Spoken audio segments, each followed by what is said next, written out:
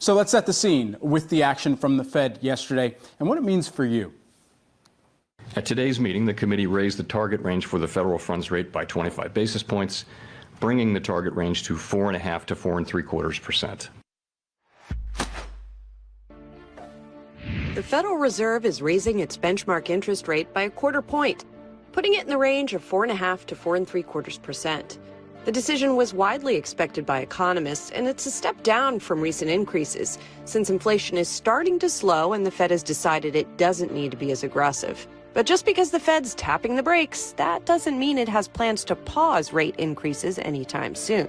We continue to anticipate that ongoing increases in the target range for the federal funds rate will be appropriate in order to attain a stance of monetary policy that is sufficiently restrictive to return inflation to 2%. Today's announcement will have an impact on the U.S. economy and your bank account. First, the Federal Reserve's interest rate policy is tied to borrowing rates and made big waves in the housing market in 2022. Higher mortgage rates means higher monthly payments for people buying homes now. And since the central bank began lifting rates from its pandemic-era low, mortgage applications have seen a steep decline, plunging 40% in the last year. Second, you may have noticed you're earning more money in your savings account. That's because rising interest rates push up yields for savers, with some high-yield accounts now earning more than 3.5% annually. And last but not least is the Fed's ongoing battle against rising inflation. Chairman Powell reiterating the central bank will do everything in its power to fight rising costs, saying it won't stop until inflation is subdued. That'll be a relief if and when it works. In the meantime, the Fed's hikes are rippling their way through the economy and your wallet. So that brings us to thing number one today, the disinflationary trend and what it means for markets. So can the Fed actually achieve a soft landing? Of course, we've said it time and time again, dual mandate for the Fed, maximum employment, but at the same time, price stability. They are prioritizing that price stability, even as we get a wave of employment data this week that actually seems to give them a little bit more actually cushion for their understanding right now, or at least their pathway forward right now, Saz. Yeah, I do want to point out, though, I know the market, it was really enthused. We saw that reversal as that press conference by Jay Powell took hold. I just want to remind investors out there that this doesn't mean that we're seeing deflation. That is not the same as disinflation. That's the first thing. Next thing, I don't think the Fed chair said or pivoted to that we are getting rate cuts at some point this year. What he essentially said, they may not be raising rates anymore past that March meeting. So that's a good thing as well. And also, let's keep in mind, we're focusing on what this all means to people's money, is that rates are still going to be high. There's likely another rate hike coming. And this is still a Fed that is trying to slow the economy down. What does that mean? It will cost more still to buy a car, to buy a home, and to do a lot of projects around the house that you might have planned for. So again, this isn't a Fed cutting rates. It's just the Fed maybe being a little less hawkish and the stocks embracing that.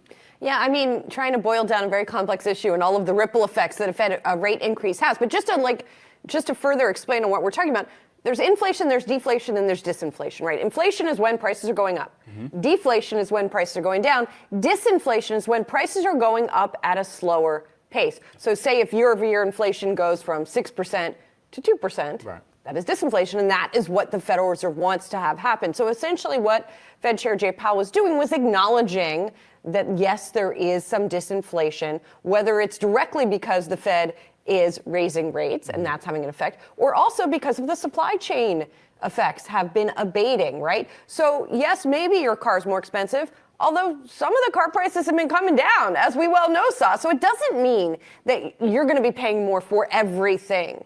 It means things are going to be more spotty this year. And then, of course, there are the implications for the market, which is a whole other ball of wax, right? And now, certainly we see, and we certainly saw in the reaction yesterday that you were pointing out, Brad, that investors are now looking beyond this interest rate increase cycle to the end. Maybe they're a little bit more hopeful that there's not going to be an outright recession and maybe not a severe one. And that's where some of this optimism is all coming from. And perhaps on the mindset of the consumer, too, they might be thinking about where wages may stay elevated in order to offset some of the price inflation that they've already incurred right now, too. We saw that in the ADP data, and then additionally thinking out to the jobs report data. Keep a close eye on the wage growth figure that we've continued to bring to your attention here. And within the most recent report, 4.6%, but continuing to think about where you're seeing some of that job migration in and post kind of the Great Resignation era, now looking at some of the layoffs that have come forward, some of the hiring freezes that have been initiated for employees that are, or prospective employees that are still looking for jobs. There's still a multiple of roughly 2 for them to figure out what kind of job they want in the economy, and then ultimately still be able to make sure that their wages that they're taking in are elevated and offsetting the pace of inflation that they had seen, and then the disinflation as well, perhaps, that they're expecting to continue at this point. So the Fed raised rates once again, and by the expected 25 basis points. Chair Jay Powell reiterating the plan of ongoing increases, but stocks seem to be largely shrugging that off with Powell's comments on disinflation lifting demand for risk assets. Here to discuss, we've got Sonia Meskin, who is the head of U.S. Macro at BNY Mellon Investment Management. Sonia, thanks so much for taking the time here this morning. Your perspective on what Powell had to say, and quite frankly, what the markets are giving weight to as well here today. Sure. Thanks so much for having me. So I would say the big takeaway from this meeting was really the press conference. And within the press conference, it was the fact that Powell basically did not validate / some would dismiss the SCP from December, i.e. the dots. Secondarily, he didn't push back against the recent easing in financial conditions, but I think the most important part was that he essentially said we're not really committed to the dots in December. And the December dots were a big hawkish move for the Fed, where they really took, if you recall, they really took their estimate of the target rate for the cycle to 5%, if not higher. And the fact that he kind of essentially dialed that back, is really what I think is behind this market rally. And so, does that now mean soft landing, free and clear? That's the base case at this point? Well, I think it really doesn't really, it's the one episode in the saga. It's not necessarily the end of the saga. I would say that certainly he talked a lot about everything that the market already knows, which is that goods inflation is coming down. We're really having goods disinflation, which is the mirror image of what we were having when COVID first hit. It's certainly being helped by China reopening. We will be having some disinflation in new leases and shelter in general, at least in the first half of 2023. What's happening with services inflation overall is still a big question. Now it's all really about the labor market. And the question for us is really, well, do they need to have the labor market weaken substantially, i.e. have a recession, in order to contain services inflation and kind of really nip in the bud that potential for a wage price spiral that is still out there? Or is this just going to happen on its own? Sonia, despite the Fed sounding a little more dovish yesterday, they still raised rates. The ECB, they raised rates today. So did the BOV. Yeah. Do you think all these rate increases by global central banks still has the global economy on path for recession? I would say not necessarily. We really had, and each of these economies is somewhat different. We had a big shock to supply and demand coming from COVID that is still being kind of worked through. I think that in the US specifically, supply and demand is still not in equilibrium. Powell did allude to that multiple times yesterday. And the imbalance is still quite evident in the labor market specifically. Where that new equilibrium will it be at roughly the same place where it was pre-COVID or somewhere different, is really quite crucial to policymakers and to the economy overall. But they don't really know where that will be. And they're erring on the side of caution, e.g. on the side of being dovish right now. Sonia, we got to leave things there for today, but we certainly do appreciate the time. Sonia Meskin, who is the head of U.S. Macro over at BNY Mellon Investment Management. Sonia, thank you again. Thanks for having me. All right, the breaking news. Jerome Powell just gave that speech after the 8th rate increase this year, 25-point basis hike, and he reiterated that language from March of ongoing increases. Our own Jen Schomburger is there. She was there for the entire speech. Jen, nice to see you. What was your biggest takeaway from the Q&A session? Hey there, good afternoon, Dave. Yeah, Fed Chair Powell striking a hawkish tone yet again, saying that while inflation has come down the past 3 months, they still need to see more substantial evidence that it is coming down on a sustained basis. Fed Chair Powell saying there's more work to do and that the Fed could raise rates higher than what was previously projected back in December of that range of 5 to 5.25. Take a listen. We think we've covered a lot of ground, and financial conditions have certainly tightened. And I would say we still think there's work to do there. We haven't made a decision on exactly where that will be. I think we're going to be looking carefully at the incoming data between now and the March meeting and then the May meeting. I don't feel a lot of certainty about where that will be. It could certainly be higher than we're writing down right now. If we come to the view that we need to write down to move rates up beyond what we said in December, we would certainly do that. At the same time, if the data come in the other direction, then we'll make data-dependent decisions at coming meetings, of course. Powell said we could get back to 2% inflation without a significant downturn in the economy and without a significant spike in the unemployment rate. He says that the committee right now is, and that I should note, he does not see cutting rates this year. He reiterated that again. Now, Powell said the committee is not exploring resuming raising rates after pausing, as Dallas Fed President Lori Logan had perhaps indicated in a recent speech. On the wage price spiral and the potential there, he agreed with Vice Chair Brainerd that he does not see a wage price spiral right now, and it's less of a risk, and that as inflation continues to come down and people see that, then that could help with sentiment there as well.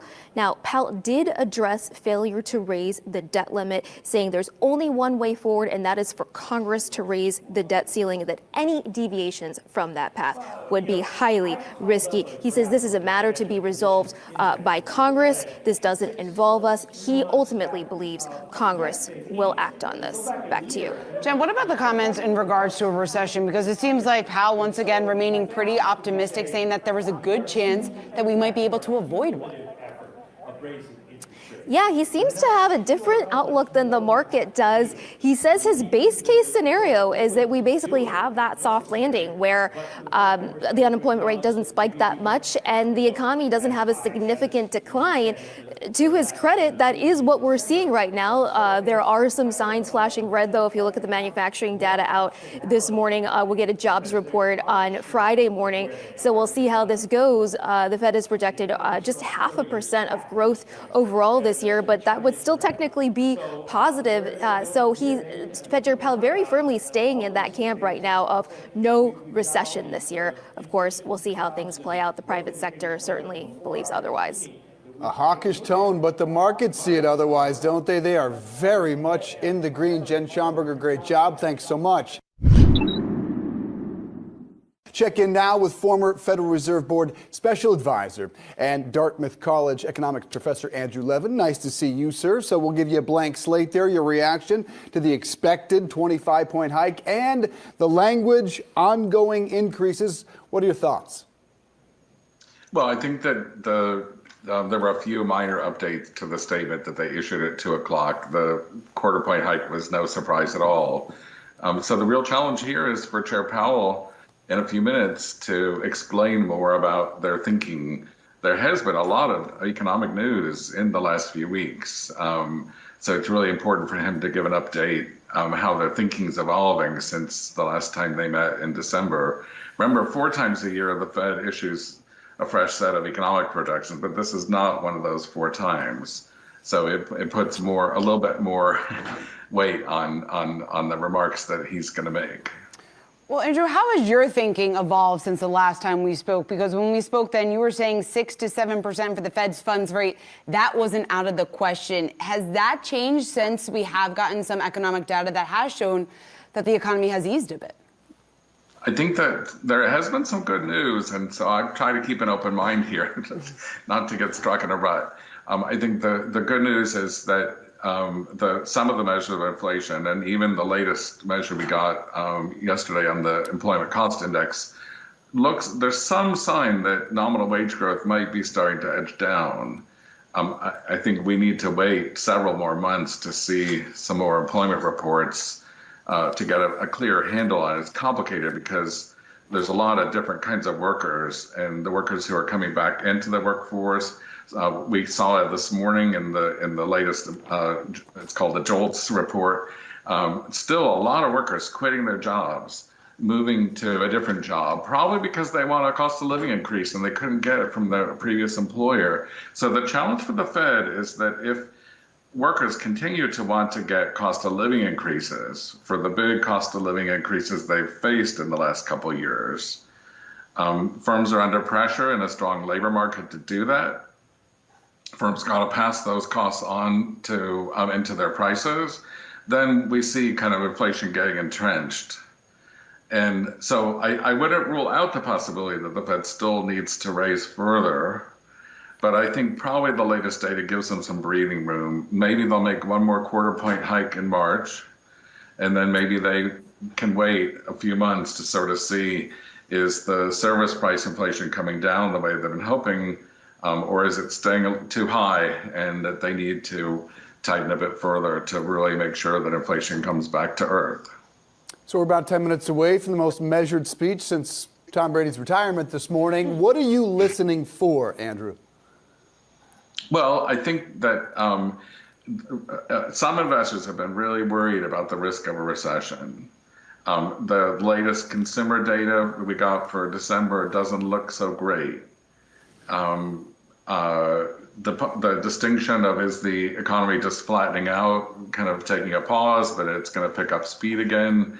Or does it look like it's teetering on the edge? And so I'm sure that Chair Powell is going to get questions about this today. Kind of what do Fed officials see as the risk that the economy is going to slide into recession, and how is that influencing their policy plans? Those are going to be really important questions for him to address. What do you think about the likelihood of a recession in 23? I'm hopeful that that's not in the cards. The disposable income's actually been pretty strong, and that's of course helped as workers get cost of living increases, gives them some buffer. Another good news about the inflation that we saw in some parts of the economy has definitely subsided.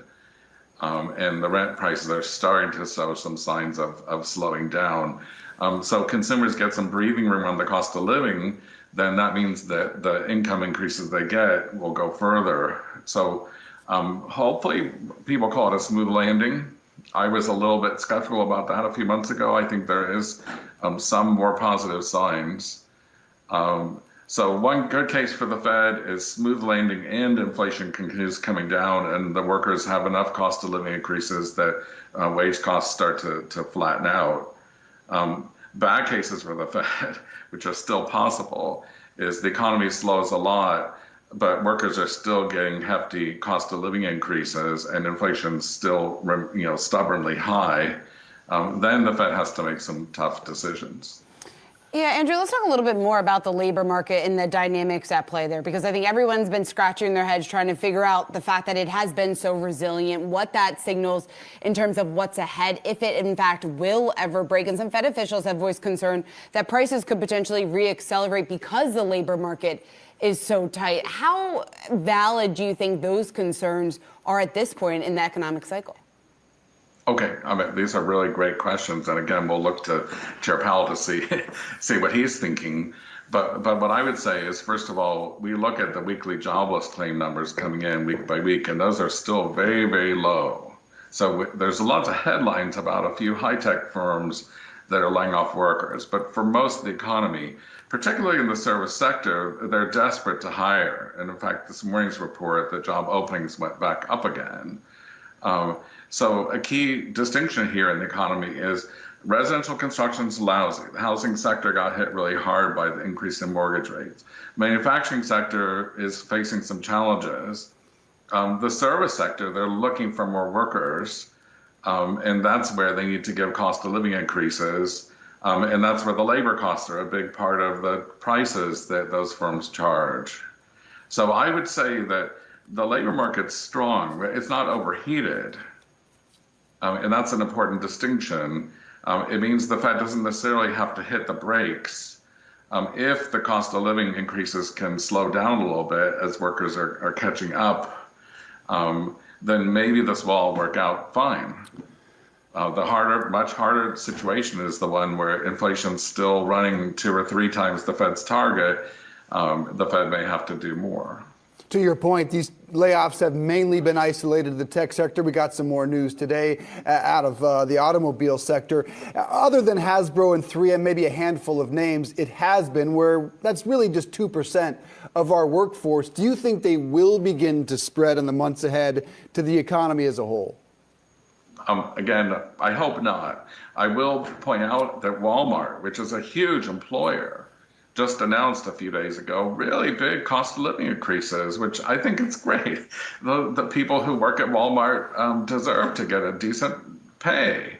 But those pay increases are on the order of 10, 15, and 20% for these hourly workers who used to get paid $12. Now they're going to get $14 an hour. It's still, these are not greedy workers here. They're just getting a fair pay. Okay. But the point is, Walmart is a sign of the service sector of the economy. The hospital workers, there's a lot of other workers who've had really big cost increases in their cost of living. They have to tighten their belts. And those workers should be able to get cost of living increases. That creates the challenges we're talking about with these wage price dynamics. Andrew, what is your read on the consumer? Because the retail sales, they pulled back over the last couple of reports that we've gotten, down 3 of the last 4 reports. We've gotten some data out from Citi this morning of their credit card data showing that overall spending is at its weakest point that it's been since April 2020. How big of how material of a pullback are you seeing in the consumer data and what that signals? Well, one of the challenges with this data is in normal times, when the economy is kind of humming along, we see normal seasonal patterns. So usually in the past, the consumer spending was very strong in November and early December in the lead up to the holidays. I think part of what happened last fall, for a number of different reasons, was a lot of that consumer spending happened in October and early November. Another shift that's been happening lately is people spending less on goods and more on services. So these things make the data more complex to read and more complex to interpret. As I said before, the consumer data definitely has shown some signs of faltering, but with disposable income remaining strong, I think there is a reasonable hope that consumer spending will be resilient this year, and that we're not that close to the edge of a cliff. Recession fears continue to mount, and leading indicators are pointing toward further economic weakness. But what would be the tipping point that actually pushes the U.S. into a recession? Great question you asked. Joining us now to break that down is Liz Ann Saunders, the Chief Investment Strategist over at Charles Schwab. Liz Ann, great to see you this morning, and thanks for taking the time as always, particularly within your 2023 outlook. I was particularly interested within this that you've described as a rolling recession, or a recession of the rolling variety. Perhaps you can break that down for us. Yeah, and that's unique to the COVID cycle. So if you think about the point at which stimulus kicked in, you had this pent up demand, but because we were still in some form of lockdown, all that demand was forced to be funneled into the goods side of the economy. That then became the breeding ground for the inflation problem we're still dealing with. But since then, a good chunk of the goods side of the economy, including housing and many things housing related, some tech areas, some consumer areas, have gone into what could be defined as recession. You're now in disinflation, if not deflation, in those goods inflation categories. But we've then subsequently had the pent up demand on the services side. That's where the inflation is most sticky at this point. And I think because services employs more, the good side of the economy, that helps to explain why the labor market has been relatively resilient. So that's the nature of a rolling recession. And, I know we've talked about this a little bit before, Lizanne, but we all know things are slowing. There's all this debate about whether we're in a recession, whether it's going to be this rolling recession that you described or not. Why does it matter from a consumer and an investment perspective if it is technically a recession, or does it matter? Is it just the sort of slowing that's the important part? I think if we were having this conversation a year ago and we were just off all-time highs in equity indices, I would say it would matter a lot. But at the October lows, S&P was down 35%. Whether it's ultimately declared an actual recession by the NBER, which always comes, well after the peak in economic activity, it's almost more academic at this point. That said, I think there's the feeders into the consumer confidence side of things as well as consumption. And that's more a function, I think, of if we start to see more headline deterioration in the labor market. That's when I think the pinch will be felt a bit more. I'm not sure it has as many implications for the equity market from here, given the bear market that's been already underway for more than a year. Lizanne, how concerned are you about what appears to be the spreading of these layoff announcements? It started in tech, but you got news today out of 3M saying they're laying off 2,500 people in the manufacturing sector because of slowing demand. How concerned are you about that? I think it's going to get worse from here. Every leading indicator suggests that the labor market will weaken. In addition, you've got the Fed. Essentially, they're not gunning for a higher unemployment rate. They've got an unemployment rate about 1% higher than where it is right now in their dots plots and their economic forecast. But what Powell and pretty much every member of the Fed has been very clear about is they want to see a significant dent to labor market demand, sort of crush job openings without causing a significant increase in the unemployment rate. Now we are starting to see some pretty sizable layoffs. Interestingly, they're larger companies, and they're more on the goods side of the economy, where you're still seeing hiring on the services side of the economy. What it should have the effect of doing is continuing to bring down measures of wage growth that are done with averages, like average hourly earnings, because you're now increasingly taking larger wage jobs out of the mix. And the services areas that are hiring, leisure and hospitality as an example, tend to be on the lower end of the wage spectrum. So that's the way the average works. You take some of the larger numbers out, it's going to bring it down. That may be some false hope, or maybe actual justified hope on the inflation side, but it's not necessarily a great sign for the economy more broadly. Within kind of the energy equation that we've been tracking last year in 2022, and then even further into 2023 as well, it still continues to be one of the preferred plays out there on the street.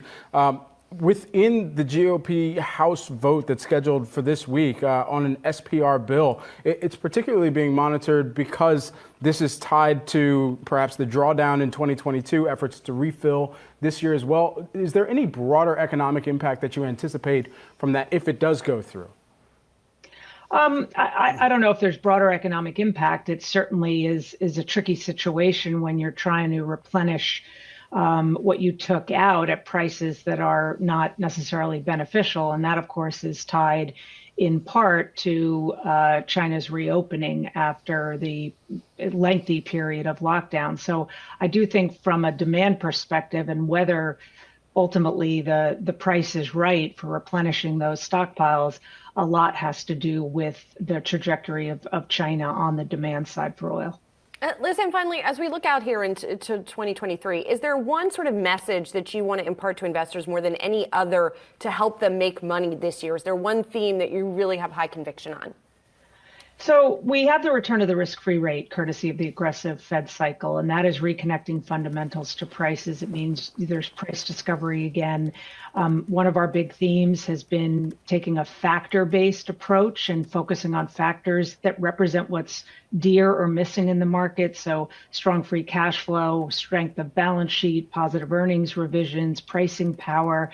But it's also been an environment where active is having its best year relative to passive in an very extended period of time. And I think that in large part is to the benefit of investors, to the benefit of stock pickers. I just think for now, you don't want to fall into the trap of going way down the quality spectrum into some of the meme stocks.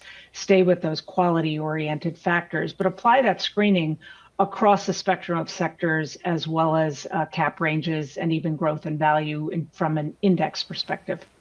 Charles Schwab, Chief Investment Strategist, Liz Ann Saunders. Always a treat to get some time with you. We'll talk to you soon. Thanks very much.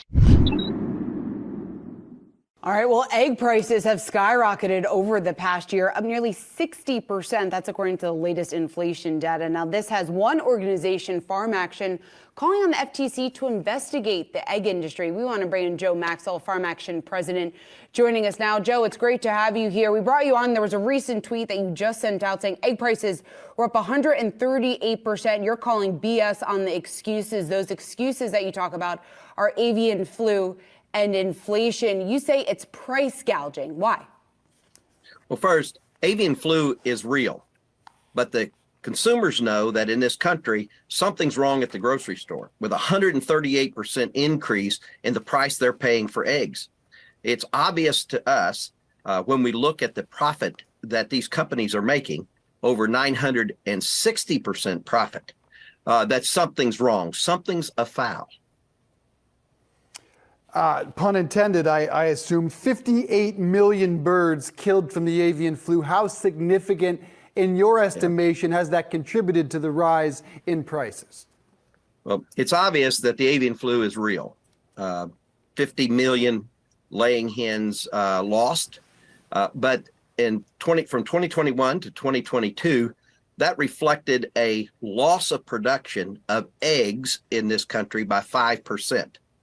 5% is a number, it's a real number, but it does not justify a 138% increase at the grocery store, nor 960% increase in gross profits for the largest egg producer in this country, who has not experienced one case of avian flu. Sometimes it's a blurry line between supply and demand and price gouging. How do you define that? When we focused on the FTC Act, the Federal Trade Commission Act, there are several laws that govern this area. We felt that based upon high prices of eggs, moderating cost of production of eggs, and no one in the marketplace coming in to take over market share from the dominant firms, indicated something was going wrong. And we believe the FTC Act is the best place to talk about or have an investigation and review a tacit type of collusion. These companies working together to artificially keep the price high, using the avian flu and higher cost as a basis for getting away with this price gouging. Well, Joe, in a statement, Cal-Maine did say that there were many factors besides the avian flu that did impact prices, such as fuel, labor. They go on to say, quote, the domestic egg market has always been intensely competitive and highly volatile, even under normal market circumstances, end quote. They also went on to add that they do not sell eggs directly to consumers or set the retail egg prices. So what is your response to that?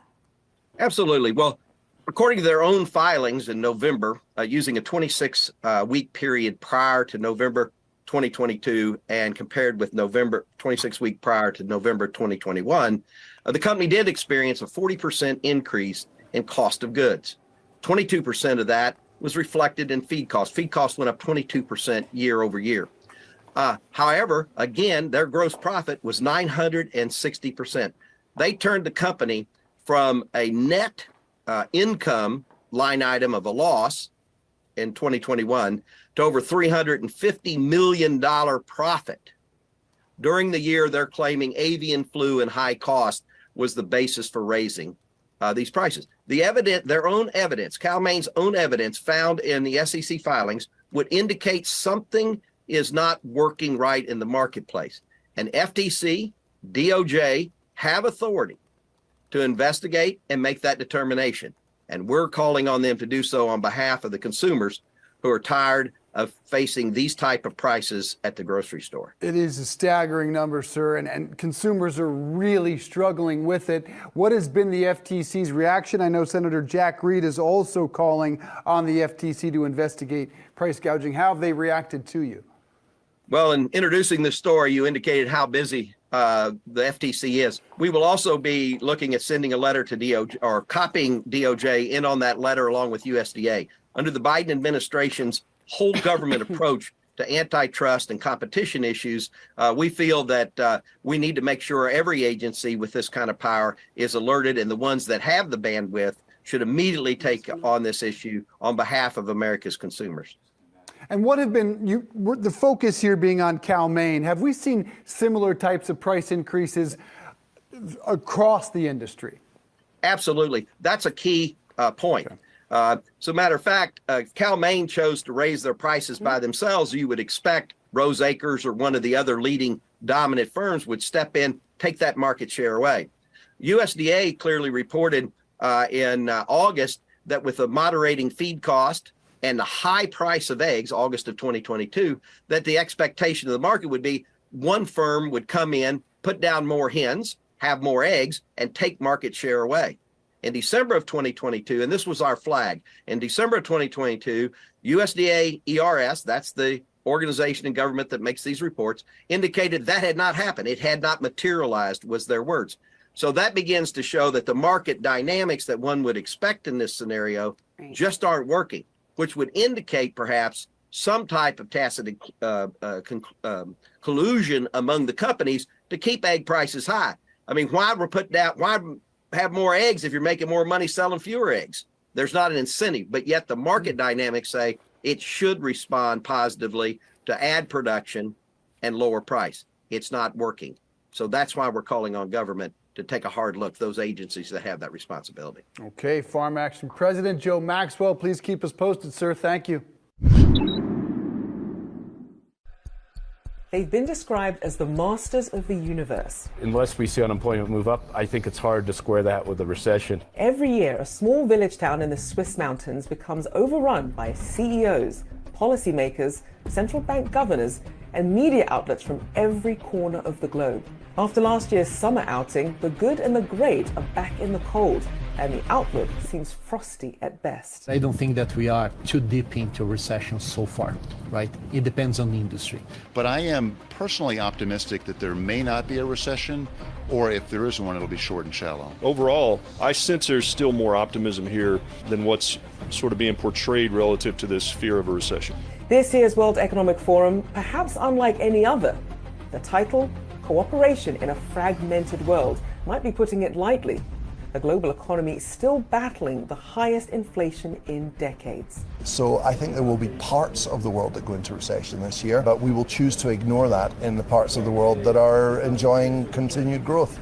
Trust in institutions ebbing.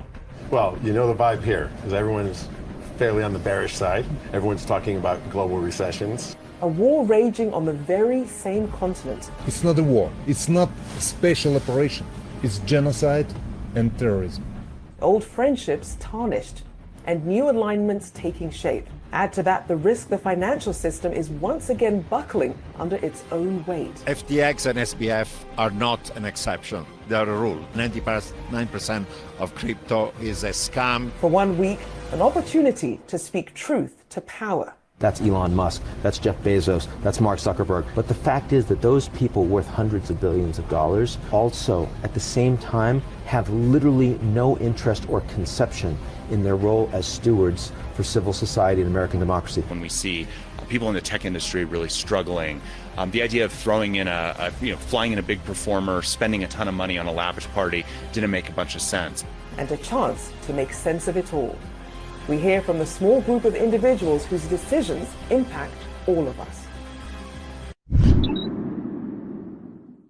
Americans might start seeing some relief when it comes to prices that they're paying this year. Luckily, some key items are seeing deflation. Brooke DePalma is here with the details. Brooke, we are so anxious for this. Where are we starting to see some improvement? That's right. Some good news for consumers here. Smartphones among the top category that's seeing deflation. Of course, that's December 2022 as compared to December of 2021. But other categories, many that were popular during the pandemic, televisions, used cars and trucks, car rentals, video games or video equipment rather.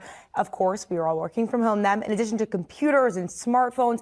But this really a supply and demand issue that we saw in 2021 with many of these categories coming back in 2022. So it's so many Americans at home, those rental car companies downsize their fleets. In addition to that, we saw that semiconductor chip shortage impacting new cars and more Americans going to used cars.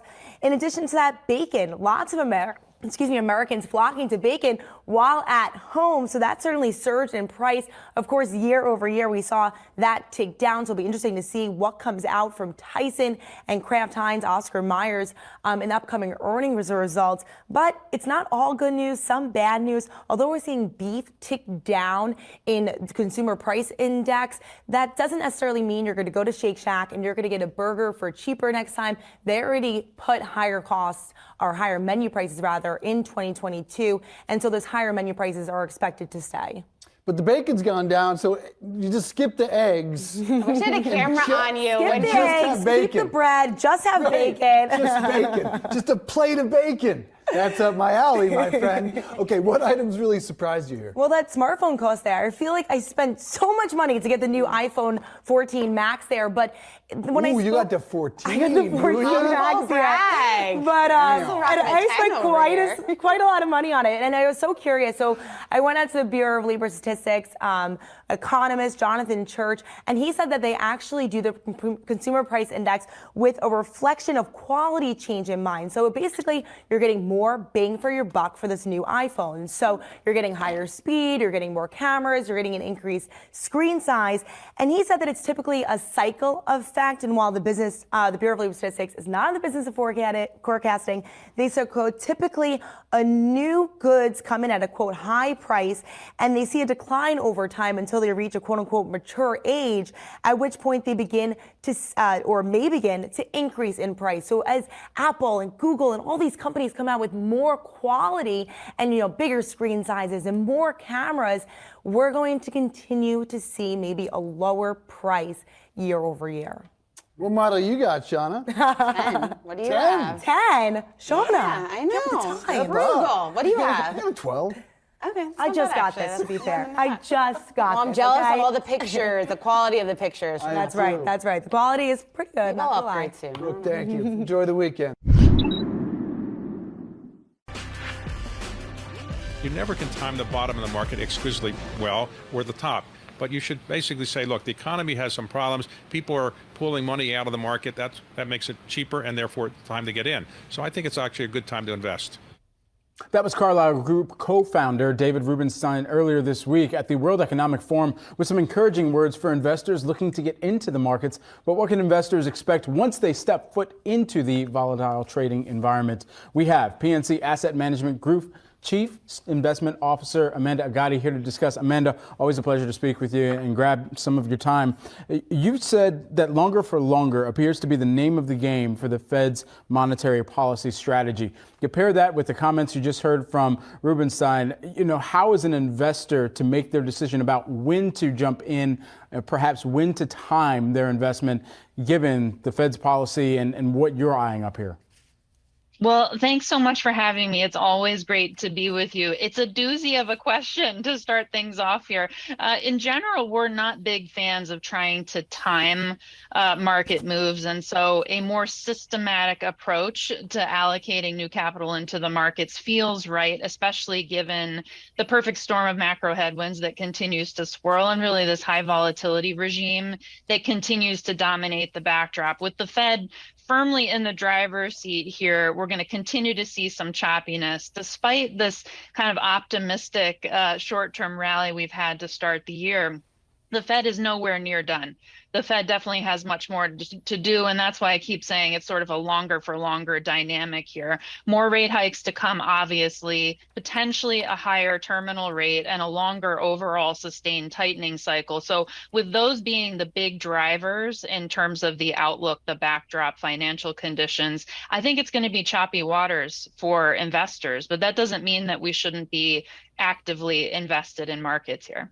Well, Amanda, I'm just looking at your notes here. You've expressed some doubts about perhaps a soft landing that may not come, at least not immediately, and may never come in this cycle. But you're saying that we have potentially another 10 to 15% downside. So in that potential environment where we have indices leading down, what are you looking for in maybe individual stocks, ETF style sectors, anything? What's grabbing your attention now?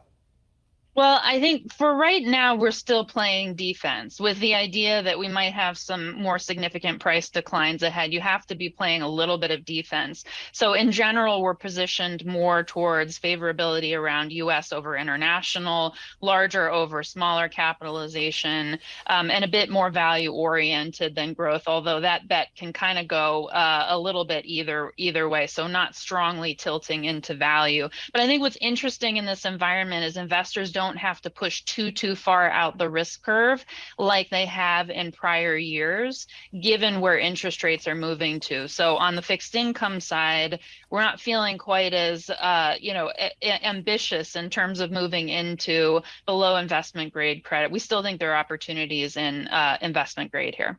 Amanda, do you believe that this will be the quarter for earnings season where companies will finally start to be clear, transparent, perhaps rip the Band-Aid off about what the earnings expectations actually should be for the year, and perhaps lead us to a less optimistic environment where we can kind of set real expectations for how they may perform, and then the markets may pick up off of that?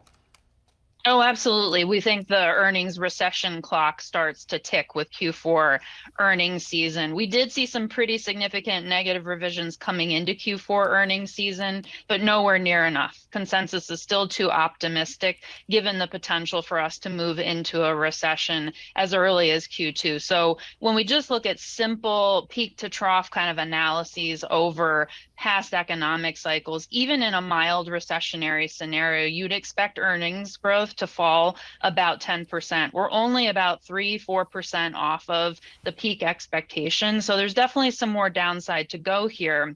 But I think at the end of the day, it really is all about the Fed. And so if the Fed kind of follows the course that they have signaled and the terminal rate kind of hangs in where it is with the current dot plot, I think that mild recessionary scenario and sort of the framing we've given around 10 to 15% downside makes sense. But if they do have to go further, aka higher, I think that's going to create a much choppier, much tougher pressure for market returns this year, at least in the first half. When we get a better line of sight to where that end state for monetary policy is, I think the market will start to anticipate that and potentially rally. But I think it's going to be a tough first half.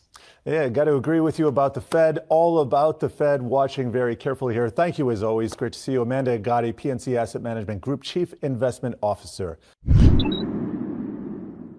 Vice Chair of the Federal Reserve, Lael Brainerd, spoke Thursday afternoon and said that while there are encouraging signs inflation is coming down, the central bank should stay the course of restrictive monetary policy. In a speech at the Chicago Booth School of Business this afternoon, Brainerd said, quote, even with the recent moderation, inflation remains high and policy will need to be sufficiently restrictive for some time to make sure inflation returns to 2% on a sustained basis. We are determined to stay the course. Brainerd says she's encouraged by a recent deceleration in wage growth and price trends in core goods and non-housing services, which she says signals we're not experiencing a 1970s-style wage price spiral. When asked what impact unwinding the Fed's balance sheet is having, Brainerd said estimates for the impact are probably about 50 to 75 basis points of tightening. Elsewhere Thursday, we heard from Boston Fed President Susan Collins, who said there are more rate hikes in store, though she anticipates at a slower pace. Pointing to still sticky high services inflation driven by wage growth, Collins said in a speech at the Boston Fed this morning, quote, there is more work to do. I anticipate the need for further rate increases, perhaps at a slower pace, depending on incoming data, before holding rates at a sufficiently restrictive level for some time. Collins says she thinks rates, which stand in a range of 4.25% to 4.5%, should come up to just above 5% before being held for some time at that level. As investors are not only worried about the threat of a default, they're also worried about a recession too, how weak the economy could potentially get over the next couple of quarters. Yahoo Finance asked a number of business executives at the World Economic Forum in Davos about the possibility of a recession and what they're seeing within their business. Let's take a listen. Everyone's talking about recessions, but of course, when I talk to people and ask them about their business, they seem to think their business is okay. So everyone here seems to think the other person has a problem. Mild recession, slightly down for a couple of quarters and then back to slightly up and then more normal in 24 and into 25. I don't think that we are too deep into recession so far. I think there will be parts of the world that go into recession this year, but we will choose to ignore that in the parts of the world that are enjoying continued growth. So pretty optimistic was my first takeaway from this. When we talk about the threat of a looming recession, I feel like we've sounded like a broken record over the last couple of months talking about one. When you compare those comments to some of the surveys and the reports, though, that we've gotten out of Davos, they're very optimistic. There was one from the forum, which is of chief economists, saying that 2/3 of chief economists expect a worldwide recession this year. PwC was out with the survey. It was the most pessimistic it has ever been. Okay, these same people have been saying roughly the same thing for about 9 months. So since we got inflation hitting 9% last June, you have heard economists, multiple economists, many business people saying, we think that this can only lead to a recession within 6 to 9 months, and it keeps not happening. So we are trying to talk ourselves into a recession. It could happen, but I mean, just look at the job market. I mean, something is very different about the economy that's compared with different cycles. We've got a super low unemployment rate, unbelievable job growth, and some other signs that point to a slowdown, but it keeps not happening. I don't know what to say about it. I mean, again, I think part of it depends upon your definition, because the technical definition of a recession we already hit. So let's erase that then and look at the current circumstances. To your point, 3.5%, historically low unemployment, job creation every month keeps ticking.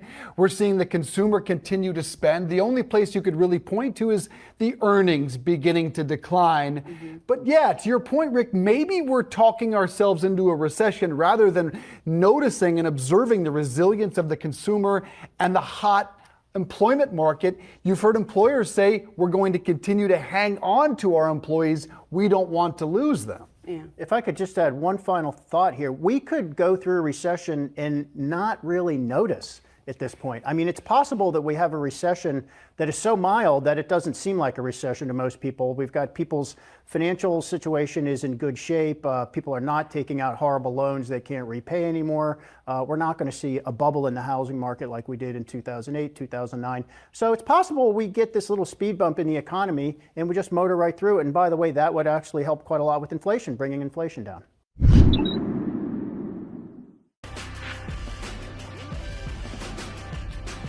All right, welcome back to the World Economic Forum here in Davos, Switzerland. We spent the whole week talking to a lot of executives, and one of them was a friend of the show, HP CEO Enrique Lores. He's coming off a very tough decision of having to lay off 12% of his workforce. I asked him more about that and the state of his business. I think it's probably more positive than what we saw last May.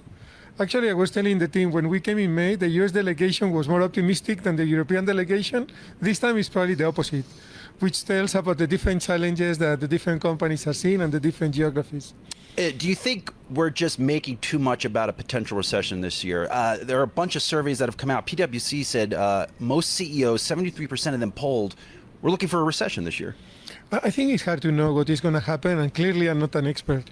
What is true, though, is there are significant challenges when we look at the impact of inflation, the impact of the war, the increase of energy prices, the situation in China. each of these things could drive for our recession. Hard to know what will happen. For all of us, what is important is to focus on those things that we can control. I think this is where we as CEOs can add value.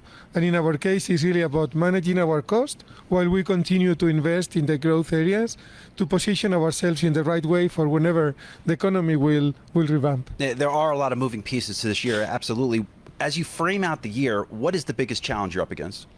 I think it's being able to do both because, as I said, we need to reduce our cost structure to be more competitive, but also we need to continue to invest in hybrid work, we need to continue to invest in gaming, in consumer services, and balancing that is the challenge we have, but we are optimistic that we will be able to do both and position the company for the future. Speaking of cost reduction, you've made a big move. You to reduce 12% of your workforce. How hard is it to make a decision like that at this point in time?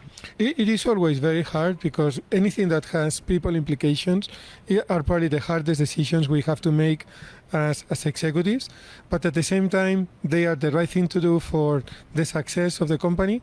And what we need to do is manage them in the right way for the employees while we execute them for the future of the company. Those cost savings, how do you reinvest them in the business? We have identified 5 key growth areas. And what we have said is some of the savings will go to the bottom line. Some will also be used to continue to accelerate the growth in those areas, because this is where we see the future of the company. They represent now more than $11 billion, and we expect them to continue to grow in 2023. Do you think the cost cutting is done? You've gotten everything out of the way that you need to get out of the way? In a company like us, there are always opportunities to continue to reduce cost. When you have $60 billion of revenue, $50+ billion of cost, there are always opportunities to reduce cost, which is one of the strengths that we have. We know how to identify that and execute on that. You've really started to pivot the company to a hybrid work environment to support that environment. Take us through some of those initiatives. I think first of all, we believe that the future of work is hybrid. We see the benefits for the company, we see the benefits for employees, and we see a lot of opportunities for innovation to make the right employee experience. If you think, for example, about the experience that the employees that are connecting to a virtual meeting are having when some of them are working from home, some are working from the office, clearly a lot of work to do to make sure that they feel integrated, they feel part of the meeting, they can see body language, they can be heard. That's an area where we are investing because we really see an opportunity to grow and differentiate. I can tell you're having fun right now. I'm just studying your body language. It looks like you're having fun. We're still really cold, guys. I'm not making this up. It's freezing out here right now. Look, as we look into the back half of the year, I talked to one well-known tech CEO. I can't say because it was off the record, but they said the PC correction may not end until next year. What do you see? What we have said is that we expect the inventories to be fixed by the first half of 23, and this is a big part of what is driving the correction, and the rest is going to be really driven by what happens with demand, what happens with economy, what happens with the recovery. Hard to predict at this point. What we are doing is working with multiple scenarios, as we said in our last earnings calls, and make sure that we identify the actions that we need to take depending on what scenario we see happening. I was thinking back the other night, and when the pandemic first hit, I went to a Best Buy store, and I bought a lot of junk. Things that I just needed right away, $30 webcam, you name it, not good stuff. And now it's all broken, it doesn't work. Do you see a major refreshing of all of these products over the next few years because they don't work? And to your point, we may still be working from home in some components. I do, and both the increase of number of PCs that were sold, but also cameras, displays, all of them represent an opportunity to be replaced. All of them will be replaced. We really think that people are going to continue to work in a hybrid way, which means sometimes working from home, sometimes working from the office, doing different things in the different locations. And clearly this is a big opportunity for us. I'm talking to a lot of leaders, and they all seem to be using Davos also not only meet with clients and drum up business, but rethinking how they lead as a leader. Have you had any just moments alone to yourself here thinking about how you may lead differently coming out the other side of this pandemic? For me, one of the big benefits of Davos is really listening. And listening what others are doing, what others are thinking, what others are feeling, and use that to really redesign the plans for the company, but also for some personal experience. So definitely yes, and I think this is one of the big values of the 4 days that we spent here in the cold. Good life advice there from HPCO Enrique Lores. Talk less and listen more. Let's talk about all this, what it means for the Fed, what it means for the market going forward. We want to bring in Jordan Jackson, JP Morgan Asset Management Global Market Strategist. Jordan, it's great to see you. So looking at losses today, the Dow off nearly 500 points. We got some weak econ data, retail sales coming in lower than expected, some hawkish comments from Fed officials today. How are you looking at the drop at today and what this means for the markets going forward? Sure. I think the markets are trying to figure out just how weak growth is going to be or how much growth is going to slow down in the economy over the course of this year. And so obviously we're seeing some cracks amongst the consumer given the retail sales number. Now, I know this is not adjusted for inflation. So we did see a 9.5% drop in energy prices last month, core goods prices coming down. So I think that all sort of filters into some of the retail sales numbers.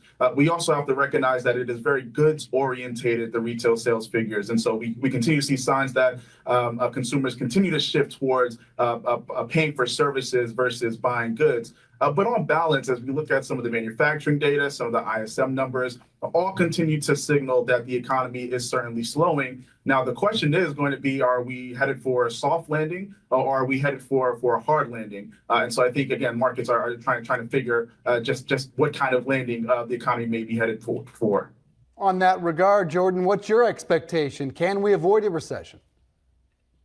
Well, I think we can. The reality is the labor market continues to some extent be firing on all cylinders. I will say, though, it does seem like we're seeing a bit of a divergence amongst small and medium-sized businesses and some of their larger counterparts.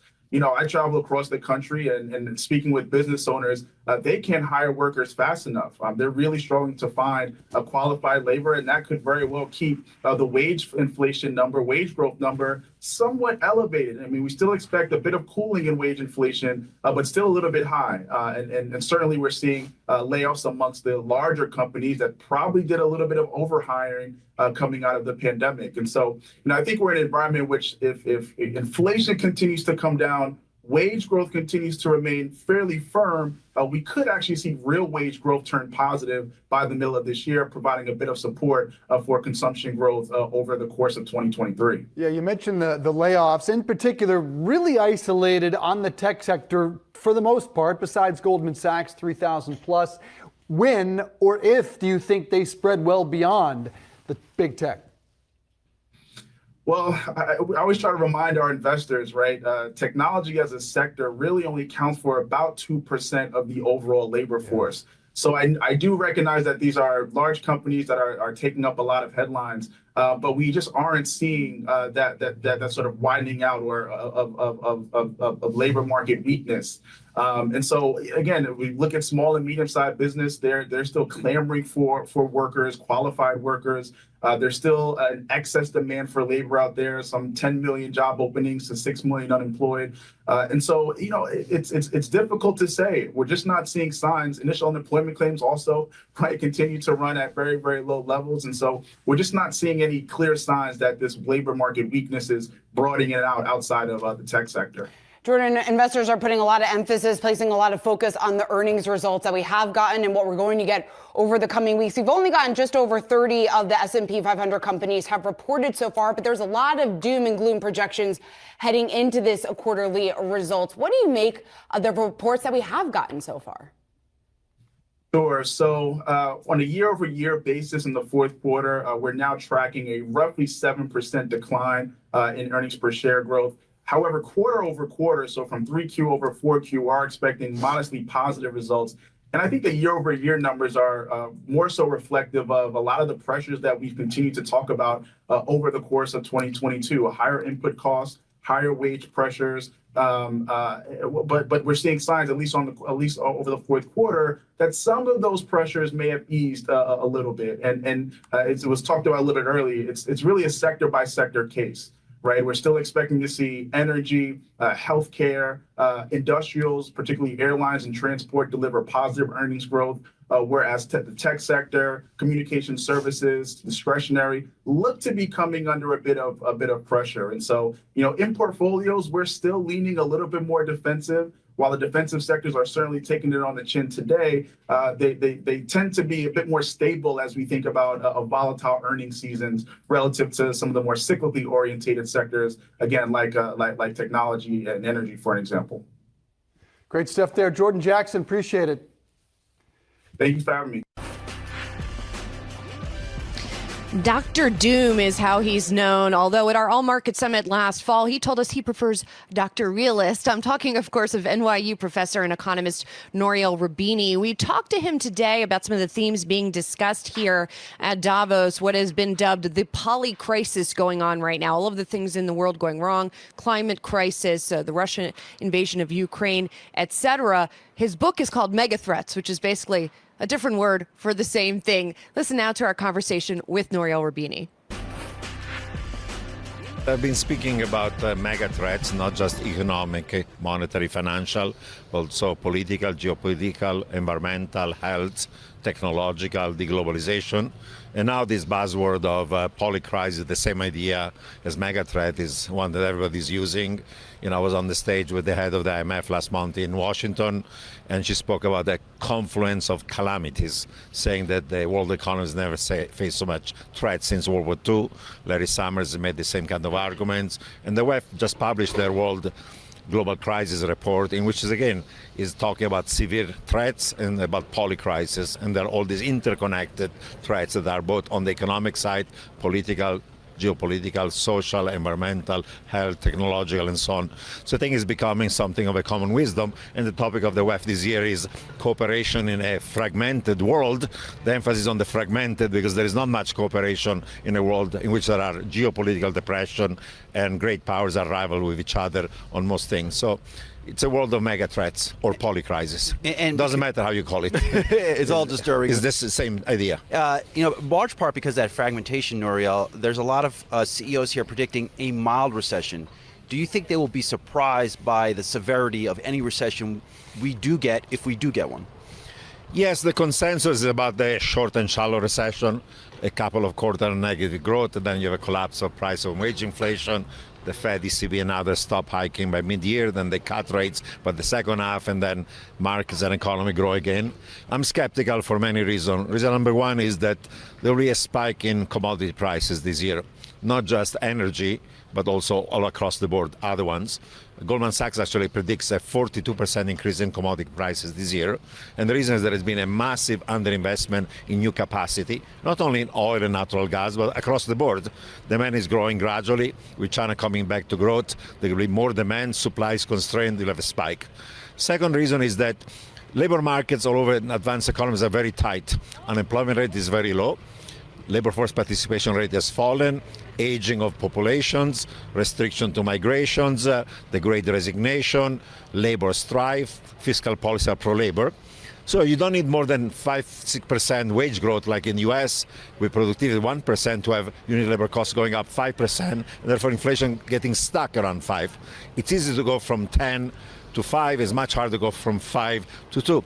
And in the service sector is dominating the economy, is mostly labor costs rather than raw material and so on. So my view, markets and Fed, ECB will be surprised on the upside on how much, while inflation has fallen now, is going to remain sticky around 5-6%. And then they'll have a very tough dilemma. Either they raise rates more, say towards 6% for the Fed, about 4% for the ECB, and they cause a real hard landing. And on the top of the hard landing, there is also a financial crash, stock market, credit spreads, bond yields, and so on. So you have economic financial crash, so a real hard landing. They feed on each other. As you have more distress, you'll have more of a recession, and more recession means more distress on the debt side.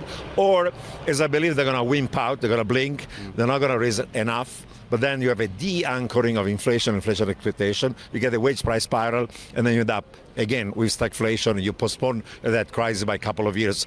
So damn if you do and damn if you don't. I think the optimism is really misplaced. Well, do you think the Fed would be to blame here? They're unwinding this massive liquidity here, raising rates. They have raised rates aggressively. The U.S. housing market is slowing down. Aren't they the ones to blame for a potential massive recession in the U.S.? Well, inflation got out of control, in part because there was loose monetary, credit, and fiscal policy. So the Fed has to be blamed, like other central banks, for not seeing the rise of inflation. Secondly, there were also negative supply shocks that reduced growth and increased inflation, like the impact of COVID on production, on global supply chains, on labor supply, the impact of Russia-Ukraine on global commodity prices, and of course, until recently, the zero-COVID policy of China. So it's a combination of bad policy and bad luck. Now they have to make up for it, but the problem is that if they raise rates enough, they cause an economic and financial crash. And in my view, we are in a debt trap. There is so much private and public debt in the world, rising from 100% of GDP to 420 in advanced economies since the 70s, that you cause not only an economic crash, but also a financial crash that feed on each other. Therefore, they'll have to wimp out, and therefore we're going to live in a world of much higher inflation, around 5-6 as opposed to 2. That's where we're going. Let's talk a little bit more about that potential financial crash. We talked to you back in the fall at our All Market Summit, and you talked about some of the same themes. Yeah. Now here we are in the new year, and most of the strategists, at least in the United States, are looking for a little bit of a gain in markets this year. It doesn't, from what you're describing, that doesn't sound like that's a scenario that you would be predicting. How bad is it going to be this year in equity markets? Well, if you believe in the softish landing scenario of a short and shallow recession with a couple of quarters of negative growth, say Q1 and Q2, then the market is a bit wobbly, but by the time that there is a slack in goods and labor market because of that recession, you have a drop in price and wage inflation, then the Fed doesn't go all the way to 525, stays around 475, and then they cut rates already in the second half of the year, and then you have happy endings for growth and for the markets in the second half of the year. That's assuming that actually the markets are right. First of all, the Fed is telling the markets, no way, even if we're optimistic, inflation is going to be slightly higher than you expect. We're not going to have a real recession, we'll have a soft landing. Therefore, we have to go all the way to 525, stay on hold until the end of the year, and then cut rates next year. So there's already a massive disconnect between markets and the Fed. And the markets being ahead of the curve makes the problem of the Fed worse, because the easing of financial conditions, with stock market going higher, bond yields falling, the dollar weakening, credit spread narrowing, implies more growth, and it makes harder for the Fed to achieve their inflation. And they have to tighten actually more, given this tug of war between markets and the Fed. What I'm saying is that both the Fed and the market will be surprised on how sticky inflation is going to be once it gets around 5-6-ish, and then either they do much more, causing economic and financial crash, and in which case the equity market is going to be really sharply down, because in a severe hard landing from current level, equity prices will have to fall another 20%, or they wimp out. If they wimp out, then the market is going to rally. There'll be a Powell put for a little while, but then once you have a hinging of inflation expectation, long rates rise, and then you still get down the line a crash of the stock market. You just postpone it by 6 months. Market conversation here is elevated volatility. It remains a sticking point for investors in this new regime. Here to discuss, we've got Candace Say, who is Goldman Sachs Asset Management Global Head of Strategic Advisory Solutions. Great to have you here with us this morning, Candace. First and foremost, as we're hearing conversations coming out of World Economic Forum and Davos around and acknowledging what a mild or a shallow recession might look like, but then also in the same breath saying, hey, we're out here to make deals and govern our business to really weather through that. How can investors glean insight from that in order to position their portfolio best? Absolutely. Last year, 2022, a lot of investors face alarming headlines across the board, whether it was high inflation prints, central banks raising rates, and then also you had all the geopolitical activity that was happening across the world. So all of this contributed to that extraordinary year of volatility. So as an investor, just to put into perspective what we've been through, essentially we had 219 trading days where the S&P 500 moved over 100 basis points intraday over the course of the last year. That means 85% of the trading days that we experienced last year were highly volatile between beginning to end of the market. And with that said, we think that moving forward over the course of the next decade, as we move into this next cycle, we think there's going to be more levels of volatility in our future. So the things to consider given this type of environment, we think that investors should really start thinking about left tail risk, but also really focusing in on asset classes that they traditionally haven't thought about within their portfolio construction, and also active management. Those would be three ways that we think investors should start thinking about their portfolios moving into a period of more elevated volatility to come. Well, let me ask you, can you enumerate some of those alternative assets that you were talking about that are available to retail investors? Because a lot of those are only available to institutional investors. Absolutely. There are a couple of different avenues for normal investors who have the ability to invest. For example, multi-strategy hedge funds is one way that they can access a diversified portfolio of hedge fund investments. Typically, if you're able to diversify your portfolio with multi-asset class hedge funds, you can actually increase your potential for return, especially as you compare it versus the S&P 500, especially in times of volatility. The other area within alternatives I would talk about is private assets. So if you're looking to maintain a long-term strategic allocation and portfolio construction, this is a way that can enable you to stay focused on investing in the long term because you do have capital locked up for anywhere from 10 to 15 years. So again, that really depends on the wherewithal for clients, depending on where they are in terms of their investment acumen and sophistication. But there are ways to access multi-strategy hedge funds, but also private credit, private equity, if they have the ability to. What would you be looking for kind of a concerted turn in the markets here? And of course, we had seen the rally of the past couple days here, but then you think about going further out into 2023 and getting past this first quarter and the ripping off of the Band-Aid as we continue to talk about that many businesses are doing right now just to set expectations. When is that concerted, that turn from your calculus and your estimation? Absolutely. We all know that the equity markets in particular is a forward-looking mechanism and machine, and it tends to move before economic data is in place. So with that said, with many firms calling for a recession, our firm being one that is on the lower side of the probability, we still believe that there is an opportunity for a potential soft landing, the potential to avoid a recession. But nonetheless, it's going to be a tough year.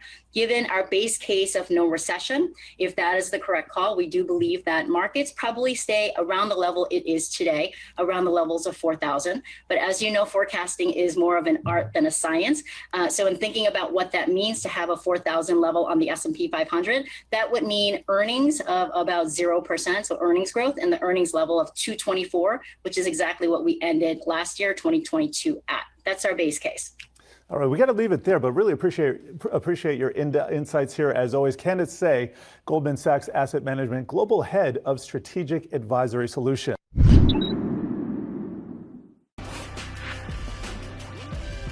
Talking about recessions, but of course, when I talk to people and ask them about their business, they seem to think their business is okay.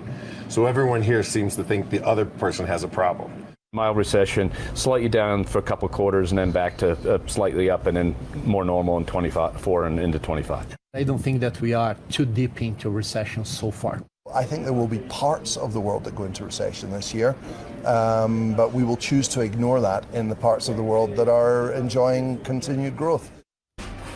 Recession is a word heard around the Alps and Davos, and those were just some of the voices we've heard from so far, warning that a recession could be coming this year. Now let's get back on the ground in Davos, Switzerland, where Julie Hyman and Brian Sazi are standing by. You guys look great, if not a little frigid, but how are things there? Well, not bad, Jared. No, we're not frigid. So it's a little cool out here, but all things are going well. Maybe actually a lot better than what we're hearing from executives here in terms of how their businesses are going and the economy. A lot of executives, like we just talked to, you saw on the tape right there, focused on recession, planning for recession in some cases. We just talked to KPMG, U.S. CEO, looking at a lot of companies potentially looking to restructure their business.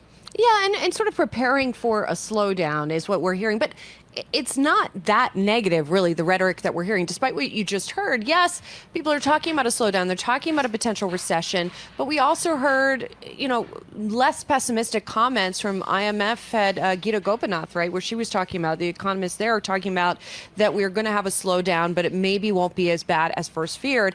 And the other thing that struck me that I thought was really interesting, Brian, we talked to Chuck Robbins of Cisco, and he said, all you guys in the media want to ask us about recession, and yes. people externally want to talk about recession, but the meetings he's having with other executives, the meetings he's having with global leaders, they're not necessarily talking about recession. They're talking about specific business initiatives, specific partnerships, specific philanthropic work that they are working on. So it's interesting, that sort of divide, if you will, between the discussions we're having and we want to know about and what they're discussing amongst themselves. Right, Julie, and that's one bubble here. And the other bubble is just this overall event. You know, you're hearing news and you have investors on the Yahoo Finance platform right now seeing or waking to news of Microsoft laying off 10,000 people. I look down the promenade, I see Salesforce recently laid off what, almost 10,000 people of its, oh, that's Amazon, excuse me, 10,000 people. They have an installation here, 20,000 layoffs alone from the two big tech companies on this promenade here at the World Economic Forum. And on Thursday, Microsoft is slated and reportedly to have their cocktail party, guest singer Sting. Now, I would have liked to see more humility here from these big cocktail companies, because in many respects, they are acting the same way they did at every other single World Economic Forum I've been here, and unlikely the ones that I wasn't able to get to because I wasn't in this field. I know. We'll debate more on that later. Okay. Well, I mean, continuing the conversation, though, you also heard some criticism on tech from friend of the show, Ian Bremmer, while you were out there. What did he have to say?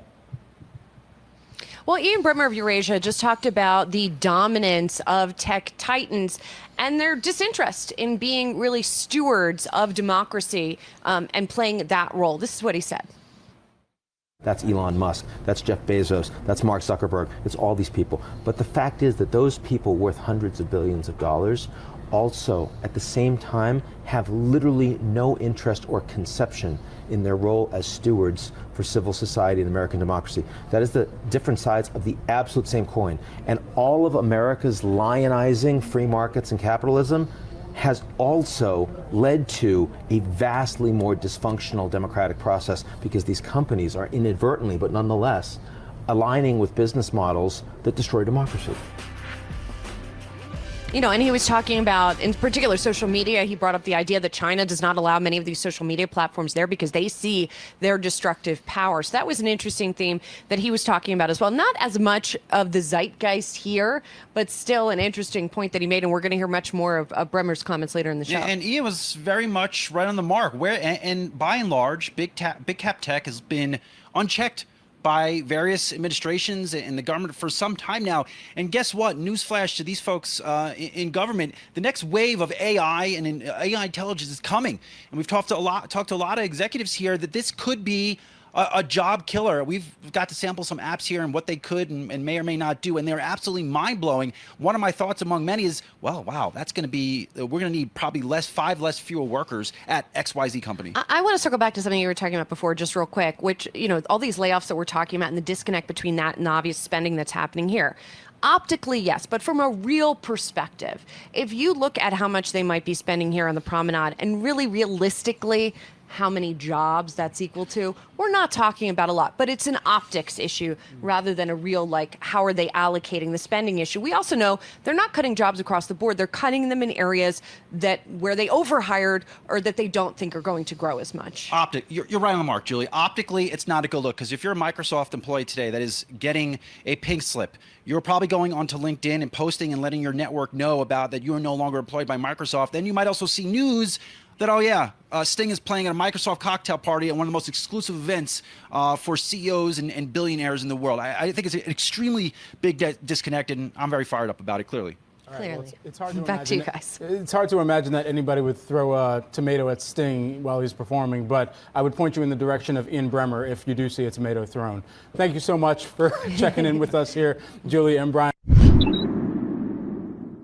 So our team, Candace Browning Platt and our research team, have moved their recession look out a little later in this year into early next year. That means that they actually have a positive number for GDP growth in the U.S. this year, slightly positive.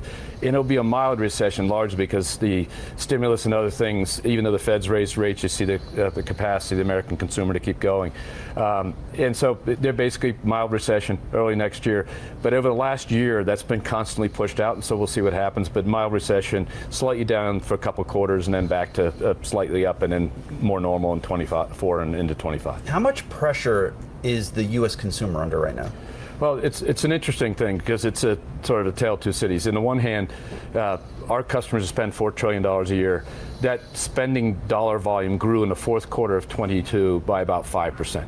In the first quarter 22 over first quarter 21, it grew 14%. So you can see the impact of them slowing down. Now, it's up dramatically from 19, like 25, 30% in the aggregate, or even more. So if you think about that, they're spending well. The first part of this January, the first 10 days or so, they're up about 6 or 7%. So a little bit fell over because of delays in travel. So they're spending nicely. The money in their accounts continues to be solid. It's coming down slightly. They're spending down some of the excess stimulus and excess savings, but they're all employed. I mean, the thing people forget is the United States employment picture is still pretty strong, and the Fed needs that to get a little worse to have that services side inflation come back in line. Within the context of this mild recession call by your team, what happens to unemployment? Where do you see that unemployment rate go? So there are 3 or 4 core components. Unemployment gets to 5%, a little bit 5% plus as we move into the latter part of this year into next year, and sort of stays there and comes down beginning the end of 24. Without unemployment, I always ask our economists, how can you have an unemployment-less recession? How can you actually have 2/3 of the American economy driven by consumers if they're working and getting paid and wages continue to rise? How can we have a recession? And they can give me a lot of explanations, but the reality is, the manufacturing side is slowing down. Some of the consumer activity is slowing down, but unless we see unemployment move up, I think it's hard to square that with the recession, and that's what's going on. So our unemployment is to move up to 5%, or else they really wouldn't be able to predict a recession. Would this be a mild recession within lower income consumers? I look at a lot of things that consumers are feeling right now on the lower end. Inflation, it's come down, it's slowed, but it's still very high. Average, those higher end consumers appear to still be out there spending aggressively. Look, the problem with inflation, why you got to cut it off, it hits the people who can least afford it, because food prices mean the same. People don't eat a lot more. So what happens is, think about the percentage spent on that. Gas prices, same thing. So that's the thing that people have to be careful about. And when people say, well, if they fight inflation, rates go up, somebody can't buy a new car that's an affluent, that's not really what they're after. They have to make sure that inflation comes down. So the core wage growth of the American median income household will exceed the expense growth, and therefore they can cash flow positive. And if you look across multiple years, they're still okay, but in the more recent times, real wage growth has fallen back, and that's caused some of that slowdown by the consumer. And speaking of slowdown, the Fed and their interest rate hikes have also really impacted the housing market in this country, really slowed down that market. How long do you see this downturn playing out? Well, the reality is, you're going along after the financial crisis in the recovery, a sort of a normal long-term growth rate.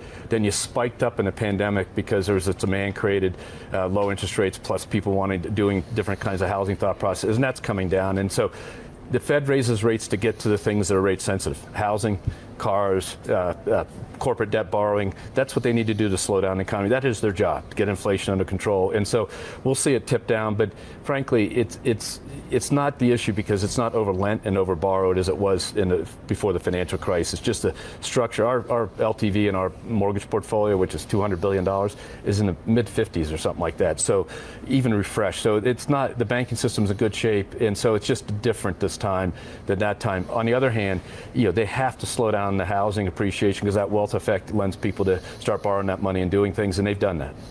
I'll call you this. You're I would say the wartime CEO of 2010 at Bank of America. Those times they were absolutely terrifying. The home market slowed, stock market slowed. Is what the Fed is now doing with rates, unwinding that liquidity, are they sowing the seeds for something like that again? I don't think so, because the transparency of the Fed, going back to Jackson Hole and Chairman Bernanke saying, we're going to tell you what we're going to do, and the dot plots and all this stuff, they're signaling the market. Sometimes the market takes them on, saying, you're not going to raise rates as much as we have rates going up, 5.25. The market sort of say maybe not, those types of things. But I think the transparency, I think the care, I think the amount of data, honestly, people forget how much data is there. And they're getting it real time, and so they have a better sense.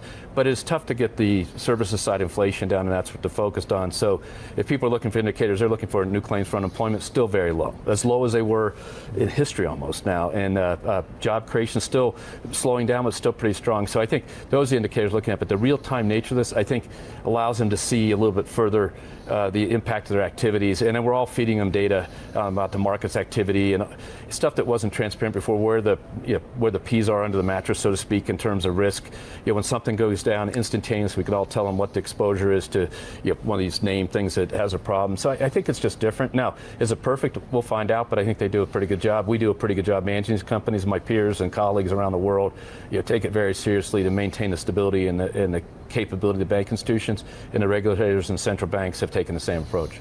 Equity markets have stabilized a bit to kick off this year, and in large part because of this expectation, I think, of we get rate cuts at some point this year. Do you think that happens at some point in the back half of the year? Our equity market strategist, Savita Subramaniam, has basically the equity market flat for the year. Now, within that, she's saying there's great opportunities in different sectors, but in part, she said that last week, and then she sort of was confronted with the market actually moved up to match her year-end thing. So she sort of said, you have to think about this. And so that's not an exact 4,000 number, but it's a number that gives you an indication that the feeling is, as the recessionary environment's there, as corporate debt gets more expensive, as the labor market softens, the idea of earnings growth for companies, that's one of the challenges. And so I think that's all going to wash through the system. But does the Fed need to lower rates this year? We're still thinking, and I think people have to listen to them, they may leave this higher for longer just to make sure they squeeze out that services side inflation, and just as a slower burn on that. The theme here at the World Economic Forum is a cooperation in a fragmented world. Now, you met with the administration, you were in that room with a lot of your fellow CEOs. How fragmented is the world from a business perspective? Well, I think there's the challenges with the administration yesterday, bipartisan here to engage with the business community. By the way, leaders around the world here to engage with the business community. That's the unique thing what Davos has is, you can walk down the street and see, people from administrations around the world. You can see business people from around the world. You can see advocates of all different types around the world. So that's the value. And so I think the issue is trade, and the issue is the free trade and the globalization, the supply chain globalization, things that provide a great benefit to the world's citizens. Called into question, but it's a little bit more about resiliency supply chain than people think. And so people have learned a lesson about single source supply at the lowest possible cost. Maybe it needs to be multiple source. That's going on in the business community.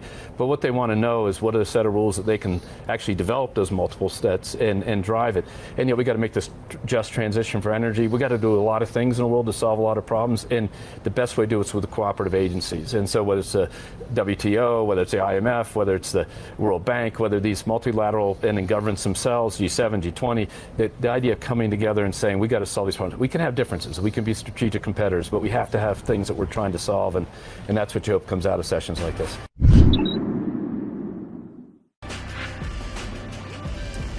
Welcome back to our Yahoo Finance live coverage in Davos of the World Economic Forum. And one of the debates here and really everywhere is whether the U.S. and the global economy is going to enter a recession or not. How much is it going to slow down?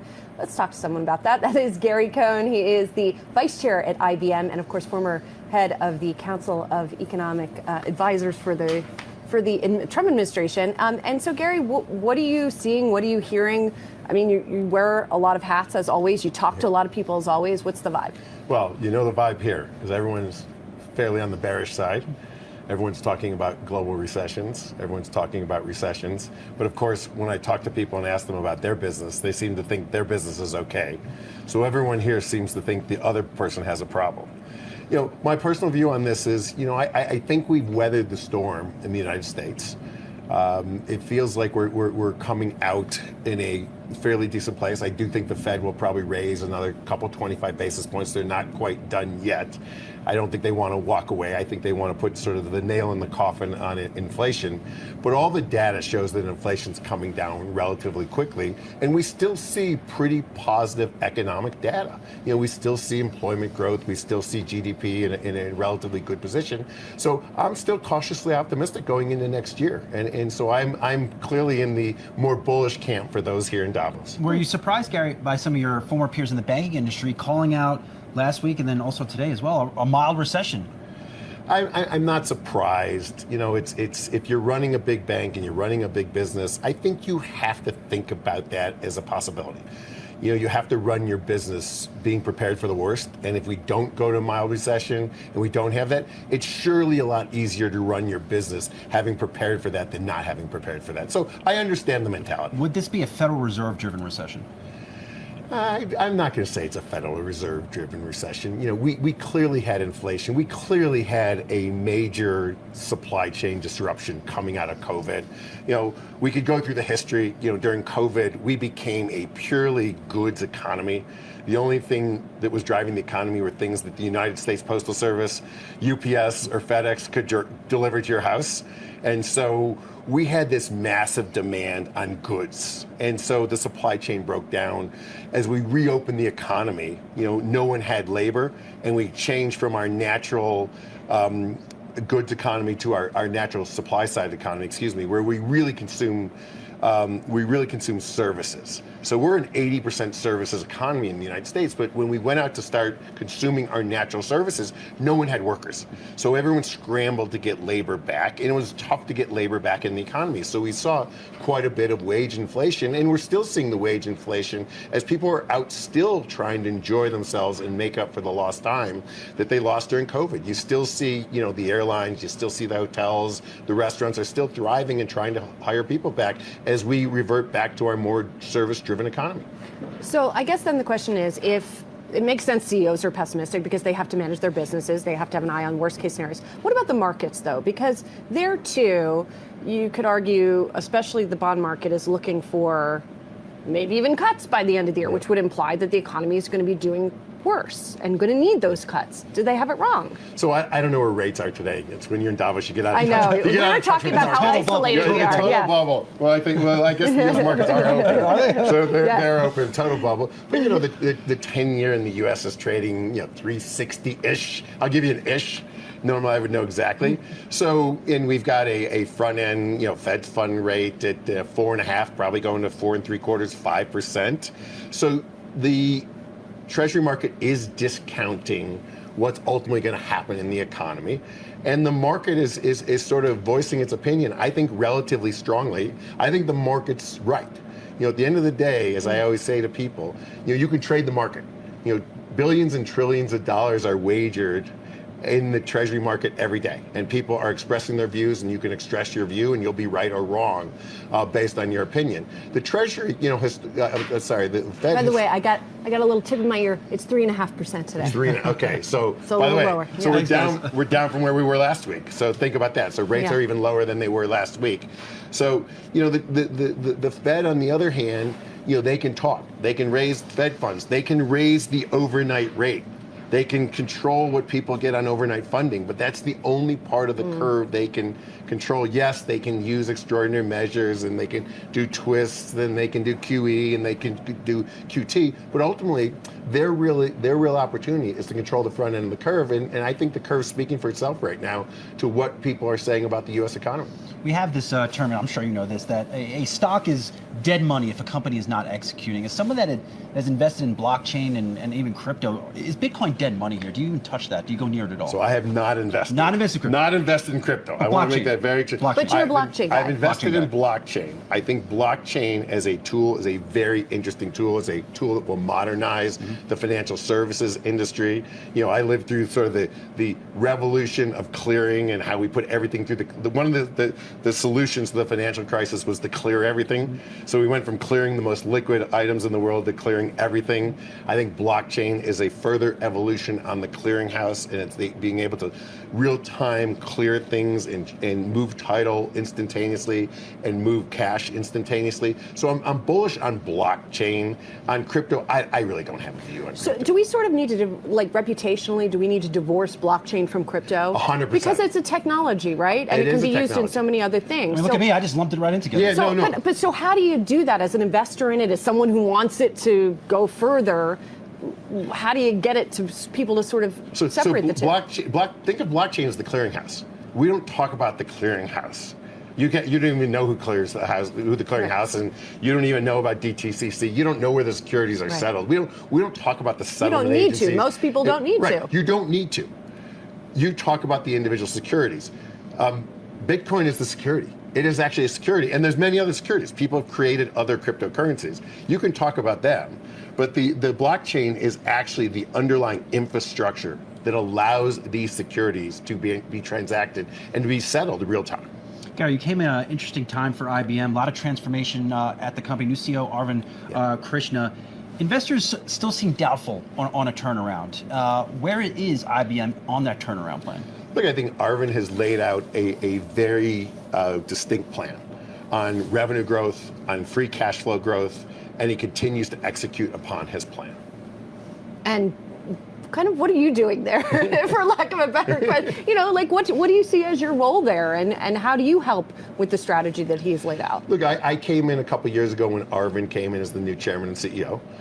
He asked me to come in and help him think about his strategy, think about his senior management team, think about what IBM of the future should look like, help them with clients, help them with client relationships. And it's been a really interesting experience to learn about the technology world and the evolution. IBM is still on the forefront of cutting edge technology, which is extraordinary. It's a whole new world for me to learn. And it's been a really interesting and fascinating couple of years. Great. Gary Cohn, thank you so much for being here. Vice Chair at IBM, the aforementioned. Thank you for having me. Thanks a lot. Appreciate it.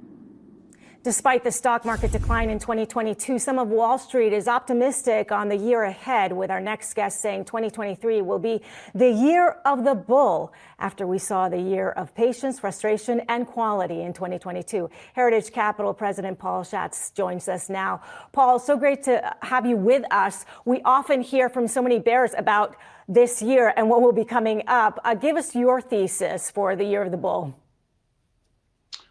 Good morning. Good to be with you guys again. Look, you come into the year, you've got inflation, an over-aggressive Fed, and a weakening economy. You know when that was also seen?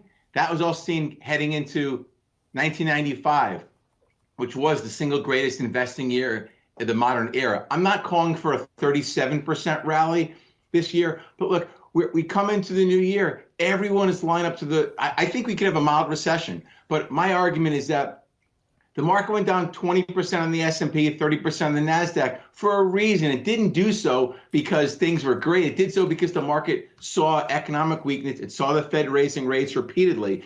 You come into a new year, portfolios are positioned so far to the negative side. It's the third year of Joe Biden's presidency. Since Germany invaded Poland in 1939, we have not had a down third year of a presidency. Back-to-back down years have only occurred 3 times since World War II, 1974, 01, and 02. The odds are heavily stacked in the bulls' favor. You have the single worst year of the bond market history and the longest decline in history. High-yield bonds have never been down back-to-back years. I mean, I feel like everyone positioned like 1994, like 1981 for the absolute worst. Who's really left to sell?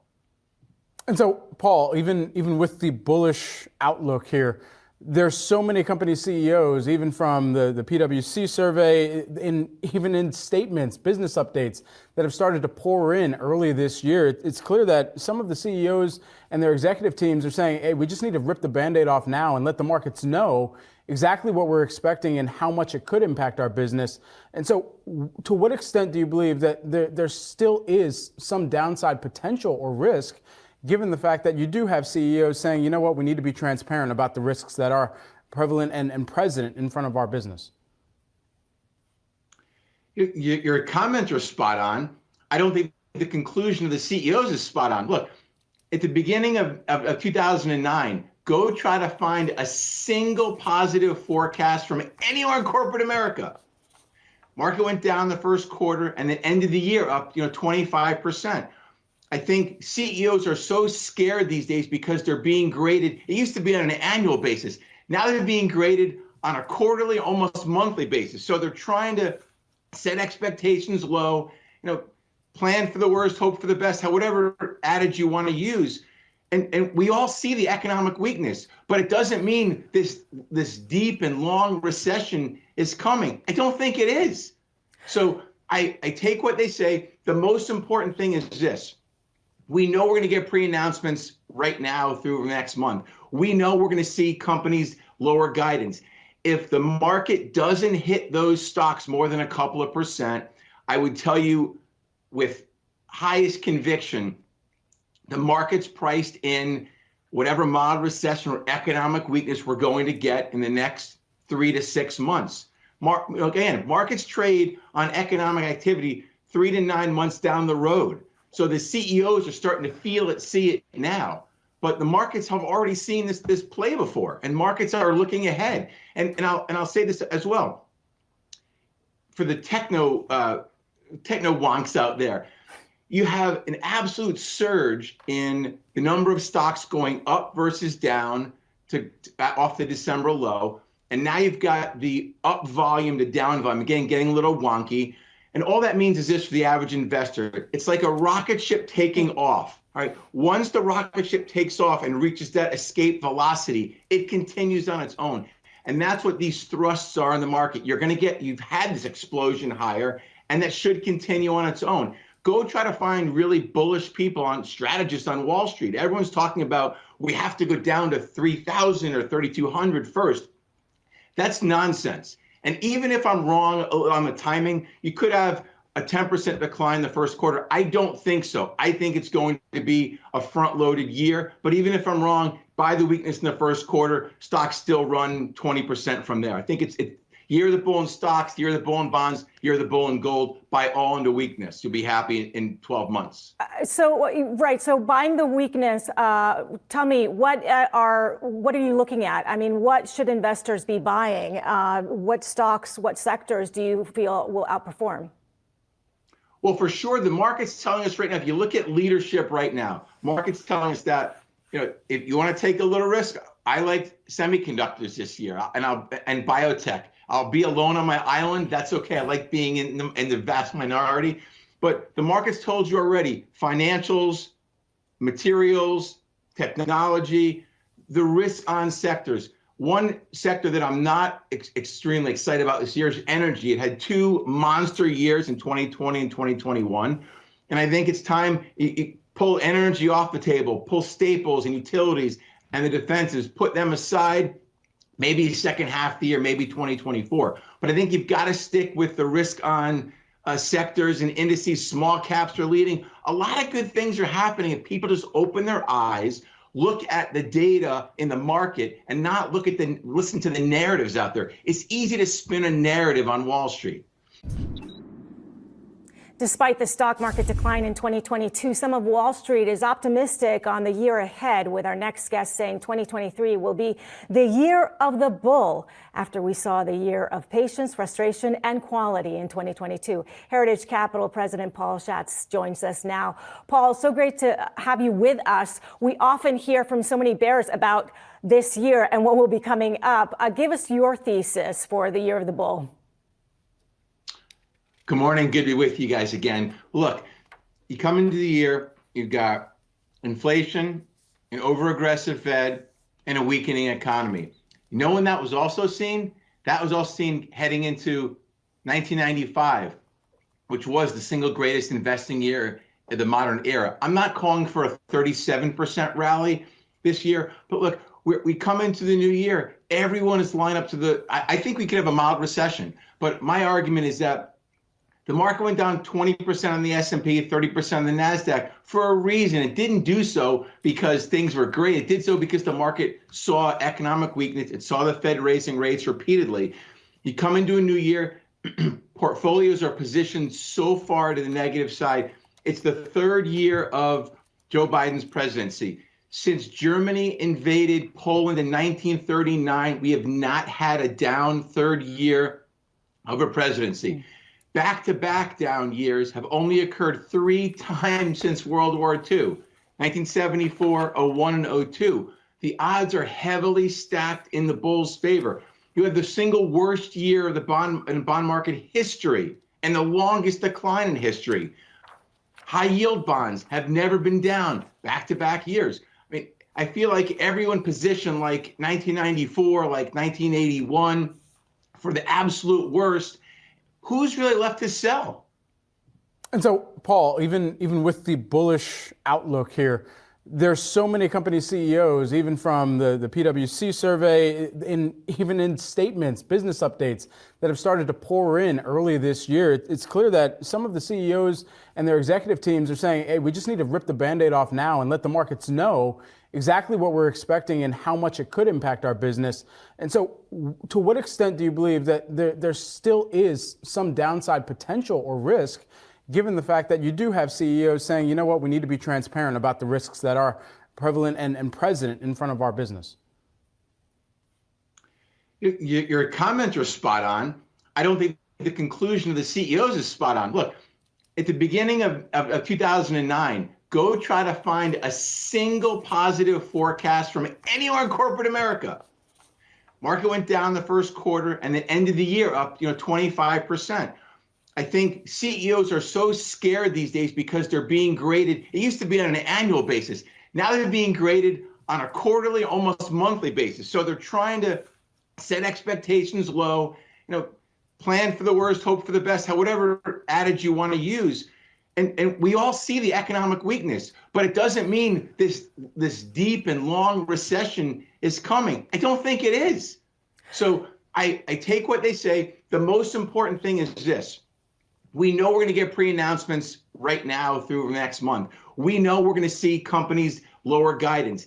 If the market doesn't hit those stocks more than a couple of percent, I would tell you with highest conviction, the market's priced in whatever mild recession or economic weakness we're going to get in the next 3 to 6 months. Again, markets trade on economic activity 3 to 9 months down the road. So the CEOs are starting to feel it, see it now. But the markets have already seen this play before, and markets are looking ahead. And I'll say this as well. For the techno wonks out there, you have an absolute surge in the number of stocks going up versus down off the December low. And now you've got the up volume to down volume, again, getting a little wonky. And all that means is this for the average investor. It's like a rocket ship taking off. All right. Once the rocket ship takes off and reaches that escape velocity, it continues on its own.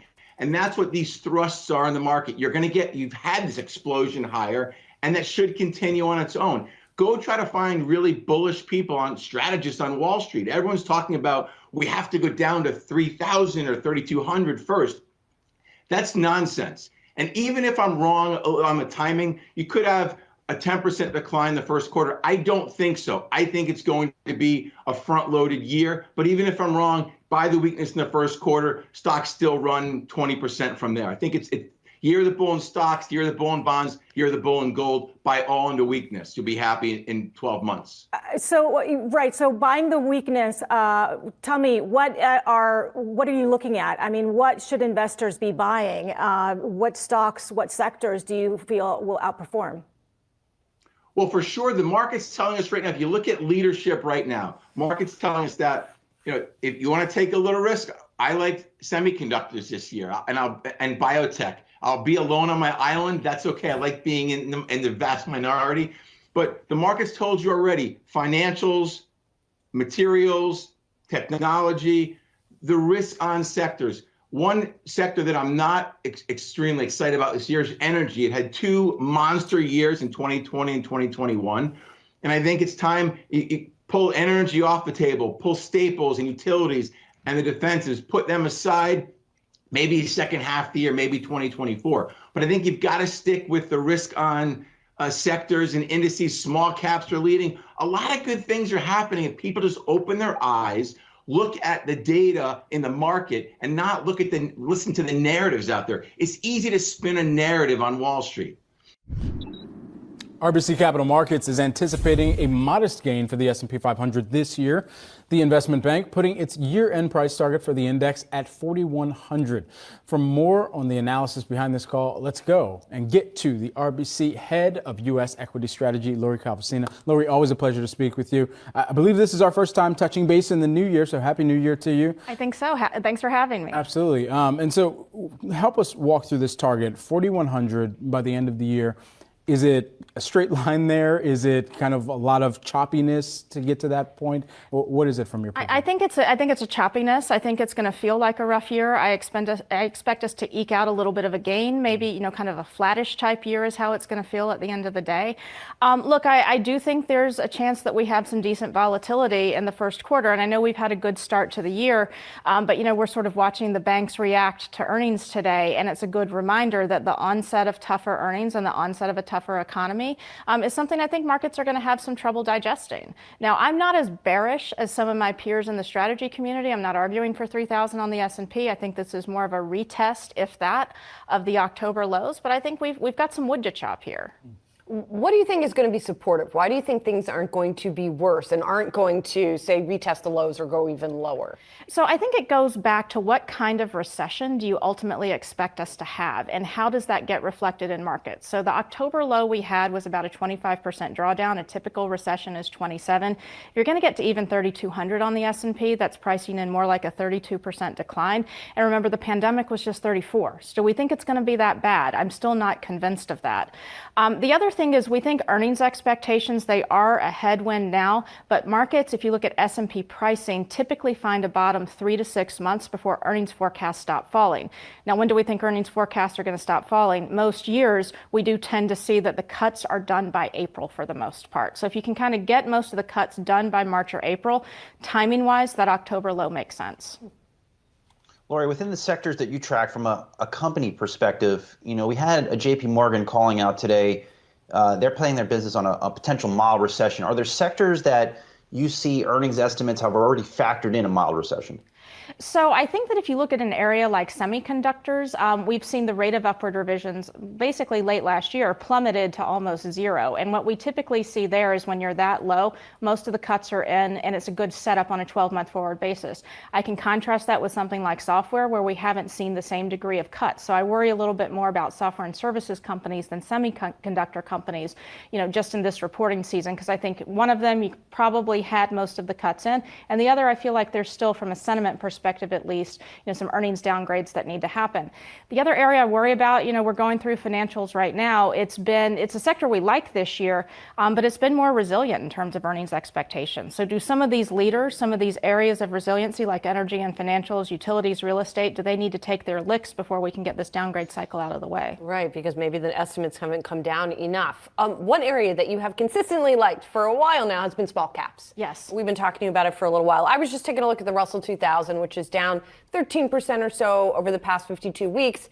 Not as big a drop as the S&P 500. Are we going to start to, there's not a big gap though in between the two. Are we going to start to see that gap grow? I think so. And I was actually looking this morning at the year-to-date stats on the S&P versus the Russell 2000, and small caps are stealthily outperforming. I think we're up like 5-6% on the Russell, and not quite as much on the S&P, closer to like 2-3%. So you're starting to see, like, every little day that the small caps do a little bit better, it's adding up. And the small caps, they made their low in June, didn't make a new low in October, really have been outperforming since mid-May, with giving some of it back in December, but very quietly they're emerging as this pocket of resilience.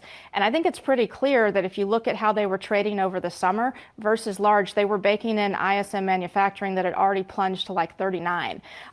So small caps just got this recession trade out of the way very, very early, and we've had this sloppy catch down in large cap that may not be completely done playing out yet. Lori Calvasina, RBC Capital Markets Head of U.S. Equity Strategy. Have a great weekend. Talk to you soon. Earnings season kicked off with a bang today after big banks. JP Morgan, Citigroup, Wells Fargo, and Bank of America all reported earnings this morning. Here to break down those numbers is S&P Global Market Intelligence Director Nathan Stovall. Nathan, great to have you here with us. If we're kind of painting a broad stroke across some of the bank earnings this morning and extrapolating one thing that could be an underlying theme or a common denominator for the rest of the earnings season, what do you think that might be?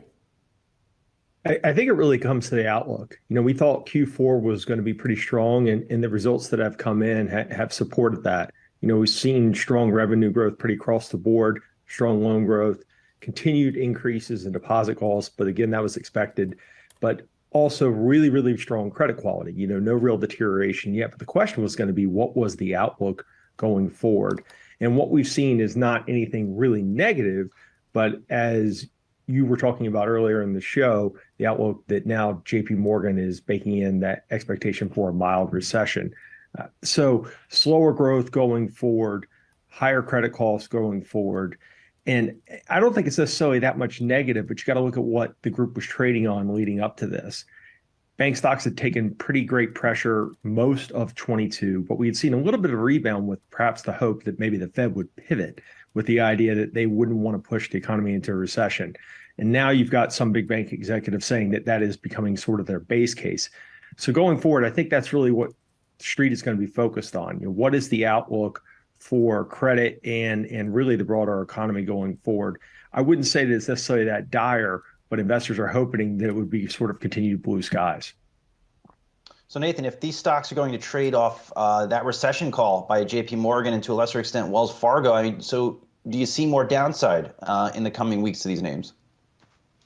Well, when you look at where they're trading at historically, they're pretty cheap, arguably. So you could argue right now that the expectation for a recession is built in. We just had seen a little bit of a rebound in some of these names, JPM in particular. So when they come out and they throw out the expectation that you're going to see slower growth coming forward, I think that weighs on the name. But even more so, and you had mentioned this earlier on the show, the net interest income guidance came in a little bit lighter than was expected. And I think that that's a little bit weight on the stock too. But it really is going to be, what is the outlook relative to where people thought? Any sort of bit of bad news that kind of supports that negative bear case for the group, I think will add to some pressure. But it's not necessarily going to put severe pressure on the group. Nathan, it's Julie here. You know, the theory is, right, is that rising rates help the banks, right? That the net interest income tends to expand at times like this, even if the economy is slowing and that hits, say, deposit growth or loan growth. So talk to us about how you're thinking about how most of the banks have to balance those two this year and whether they're going to be successful. Sure. And that's the name of the game. I mean, higher rates are good for banks, and we're seeing that play out in Q4. And ultimately, you know, we think fundamental trends look pretty strong, but that balance of loans growing at a much quicker pace than deposits, and deposits even sort of flowing out of the bank, is the challenge that bankers have right now. And we're starting to see liquidity pressures arise, and that has been sort of the biggest thing and talking point that we've had over the last few weeks, not only in terms of deposit costs going higher, and we did see that play through on these big banks' results, but also the idea that maybe liquidity will be a little bit more fleeting. And we think that will continue to play out over 23, though we're not really in the camp that it's going to be as negative as some. So yes, there will be some outliers, but ultimately we've been in the camp that what you will see is that deposit rates will continue to go higher. That's good for consumers, but it's bad for bank margins. And so you get to a place where bank margins peak sometime this year. And thus far, we haven't really gotten any real clear read through to that, but the net interest income guidance from JP Morgan sort of supports that thinking that we're getting closer to a peak soon. And the banks that are able to kind of buck that trend and really hold the line on deposit cost are going to be the ones that really significantly outperform going forward.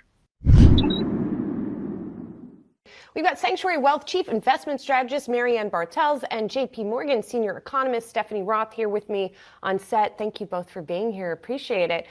So looking at these numbers, has the Fed done enough? I mean, if you look at the components that fell the most, it was energy prices, which the Fed doesn't have anything to do with, really. So what's your read on this report? I think we can say that inflation has peaked, but the level of inflation is nowhere near where the Fed wants to be. So they're going to continue to tighten a little bit. And they've been very clear on their message, is that they want to get up to around 5%, maybe a little bit higher, and stay there for the rest of the year.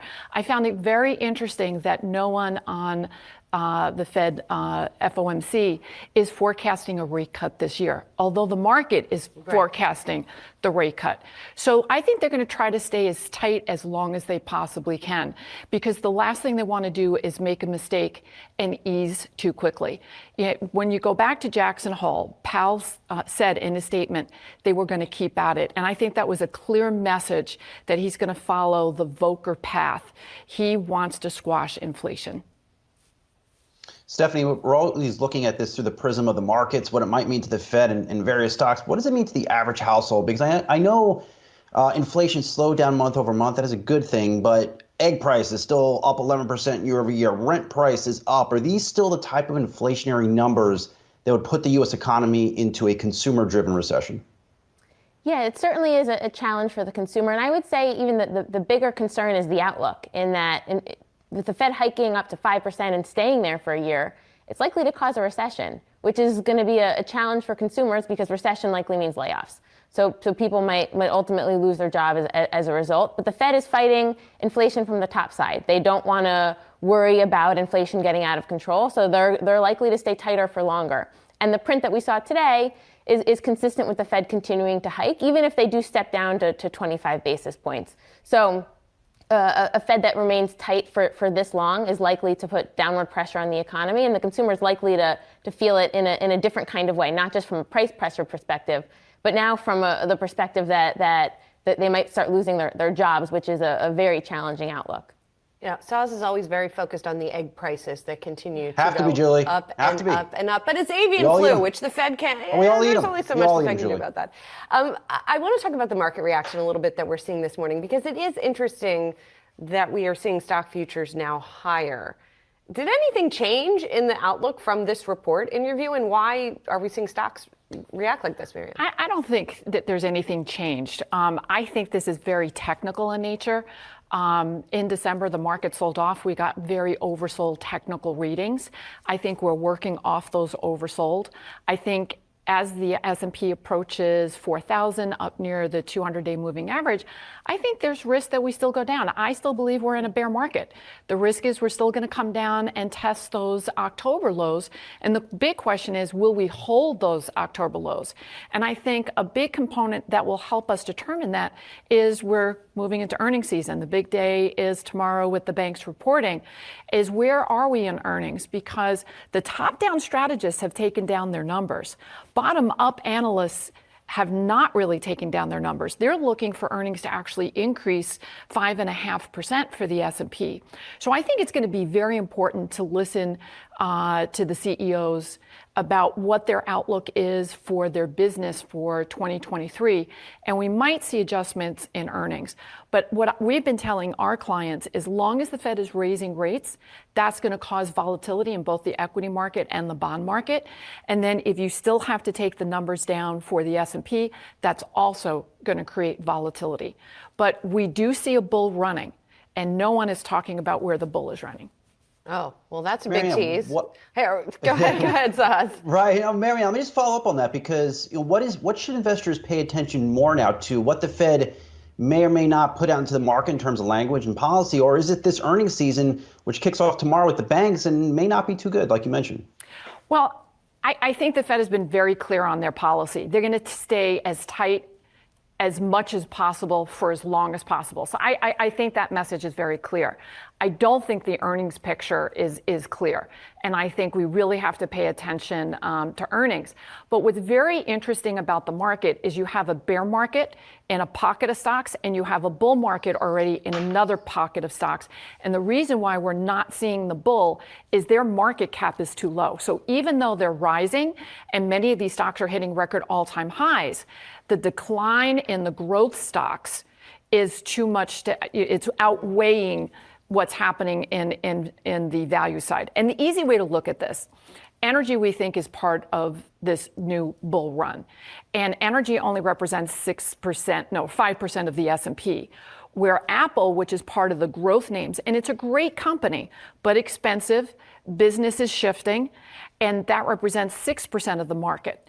So there's a big difference in terms of where the bear is, and the bear has a lot of market cap, it's growth, it's tech, it's FANG. What we're doing is we're repricing those stocks on a PE basis. They just got expensive. You've got to deflate them down. Market is shifting to value. That's where the new bull is, but we just don't see it because their market cap is just not able to compete with the growth market cap. Interesting. We're going to talk actually to a value-focused investor later in the hour who also has some picks for us. So that should be interesting. Stephanie, when your shop looks at the whole stock versus bond debate, right? Everybody loves fixed income going into 2023. Are you guys in the same camp? And again, does any of that change given what inflation print we got today and what we might continue to get? No, we continue to like stocks or bonds over stocks. The bond outlook is pretty attractive. You have yields that are pretty elevated. On top of that, you could have capital appreciation. If this recession view plays out, you'll get a decent return in your fixed income. And even if it doesn't, even if we end up in a soft landing, you'll have a nice yield, and you could even get a little bit of capital appreciation with yields falling from current levels. So that's the area of the market that we like the most. And then when it comes to the stock market, we're a little bit more selective. So like Marianne just said, smaller cap is interesting today. Their valuation is at a more attractive level. And that's the area of the market that we would be putting money to. So it's certainly core fixed income. That's the most attractive part of the market for us today, especially given our outlook for challenging road ahead, especially on the earnings front. And then small and mid caps. I love you were almost literally pounding the table on that train, to use a well-worn phrase. Saz? Stephanie, I'll follow up on that too as well. Within your outlook for stocks and fixed income, when do you see the Fed cutting rates, or do you see any rate cuts this year? We expect rate cuts in the fourth quarter of this year. We expect recession to hit in around the third quarter. So we expect about a quarter lag for the Fed to be convinced that inflation has come back down. And then we expect cuts in the fourth quarter. Marianne, you said in your notes as well that 60-40 looks good again, which kind of fits in with what Stephanie's saying about fixed income coming back and being a part of the portfolio, right? Absolutely. So 60-40, 60% stocks, 40% bonds is a traditional asset allocation that is used. And we've said 60-40 is back. And it was never going to be an easy path going from the zero bound to getting interest rates again. But we've been through the pain. The bear market was last year in bonds and stocks, which is very, very rare. And we think this year, yes, bonds are going to do very well, probably even better than stocks. We would agree with that. But we think eventually stocks will bottom out and rally this year. I think you're going to have a bull both in the bond market and the equity market. But what people are also not talking about is you can also now put cash in a portfolio. So you can really use stocks, bonds, cash, because even cash is yielding higher than some of the bonds. Yeah. So asset allocation is back. All right.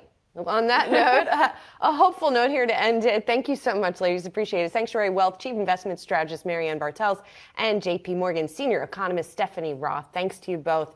Really appreciate it. We are about 13 minutes into the trading day today, and stocks are hanging on to some modest gains right now.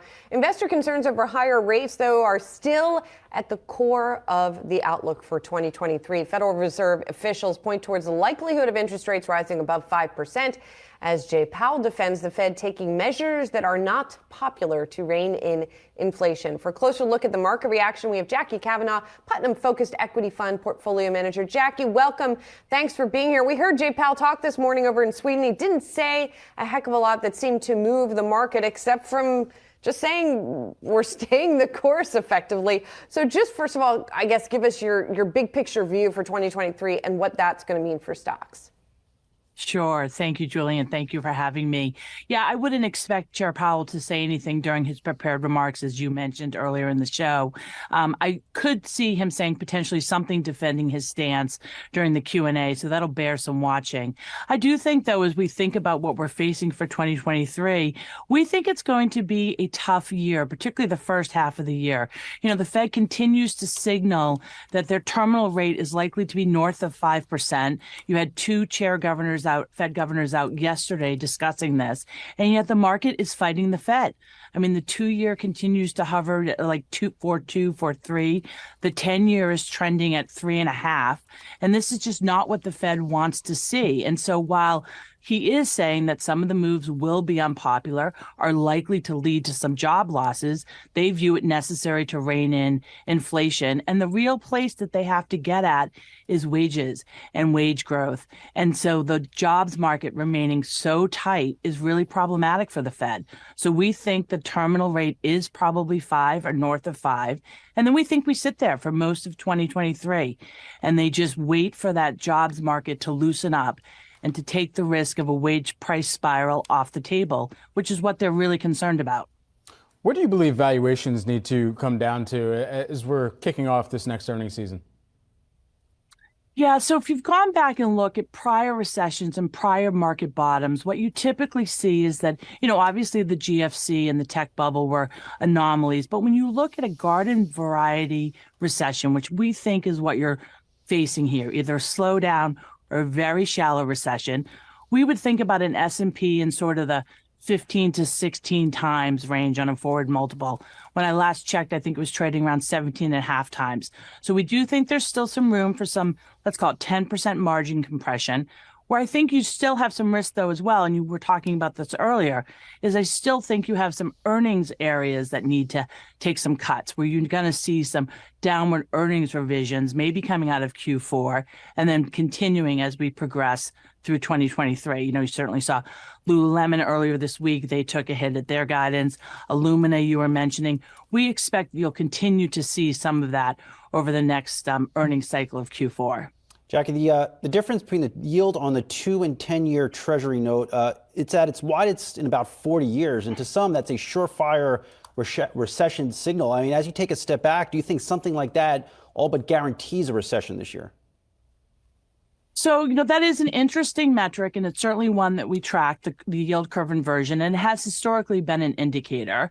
It has indicated every recession, that is true, but not every yield curve inversion has led to a recession. So I hope you understand that distinction, right, which is that just because it's inverted doesn't necessarily mean recession, although every recession has been preceded by an inversion. We think here, though, you are likely to get a recession.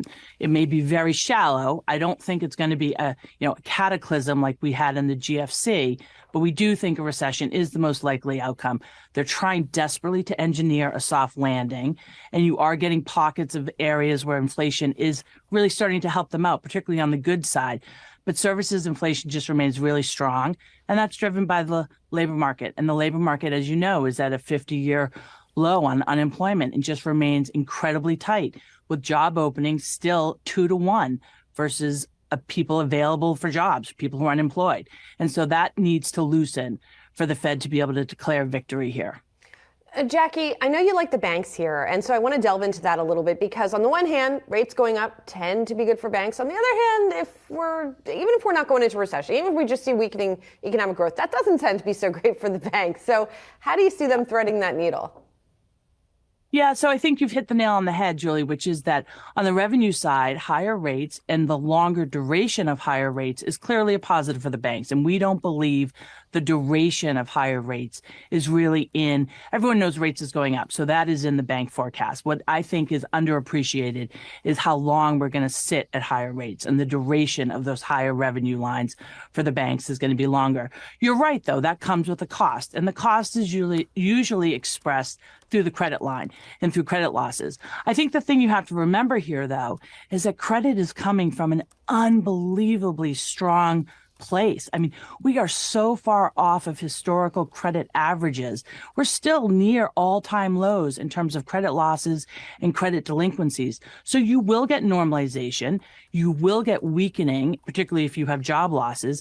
But we think that's going to be very manageable for the banks. In fact, most of the banks, when you talk to them, they're already provisioning for a 5% unemployment rate, which we think feels about right. So you have the benefit on the top line of higher for longer. You have credit costs, which will rise, but which will remain very manageable. And then you have valuations where virtually all of the banks, not all the regionals, but the bigger banks are trading below their historical price to book averages. So we actually think it's a very good setup for the banks. I think it's going to take time for people to appreciate that the duration is longer so that the earnings duration is longer for the banks to re-rate. But we think it's a very attractive segment within the market today. Jackie, in recent earnings periods, we've heard banks say that the consumer is resilient and then say that the consumer is healthy. This earnings period, how do you expect them to classify the sentiment among consumers or the health of consumers? I think the data and the facts support that the consumer remains very healthy. You continue to have over $1 trillion in excess savings versus where you were pre-pandemic. The consumer remains in a strong place in terms of excess savings. The consumer has a job, which gives them confidence to continue to spend. They have confidence if they lose their job, they can quickly, maybe not easily, but quickly replace that job. So I would expect the characterization of consumers and earnings this quarter to remain reasonably strong and pretty robust. Ability to spend, money to spend, and desire to spend. I think where you could start to see some caution is on the outlook, right? As you start to see, increasing job, obviously we had the Coinbase announcement this morning, increasing job losses, headlines around increasing job losses, which does drive confidence issues in the consumer. So the outlook might be weaker, but I think the data this quarter is very clearly going to support a consumer that remains very robust and very resilient. And again, you just don't see any cracks on the consumer credit numbers at all. Some slight tick-ups in delinquency, but really remain very solid. Interesting. Well, we'll see what gets borne out in some of the corporate earnings as well. Jackie Kavanaugh, Putnam-focused equity fund portfolio manager. Great to catch up with you this morning. Thanks. Thank you.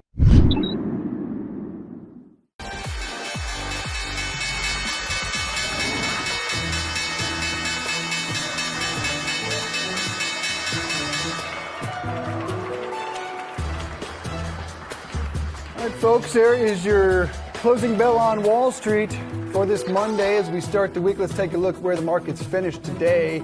And the Dow's been a wild ride this afternoon. Finishes up down 112 points, and the S&P barely in the red, just losing 3%. The Nasdaq really the winner today, based on, largely speaking, a big jump for Tesla, solid day for Apple, up 66 points. Here's an interesting number. The S&P finishes the year up 83% of the time when the first 5 days finish in the positive, so a barometer perhaps of the year ahead. Let's take a closer look at the broader markets and bring in Matt Stuckey, Northwestern Mutual Wealth Management Senior Portfolio Strategist. Matt, nice to see you. What do you make of the market action today? And getting back to that stat, the first 5 full days of trading, what have we learned?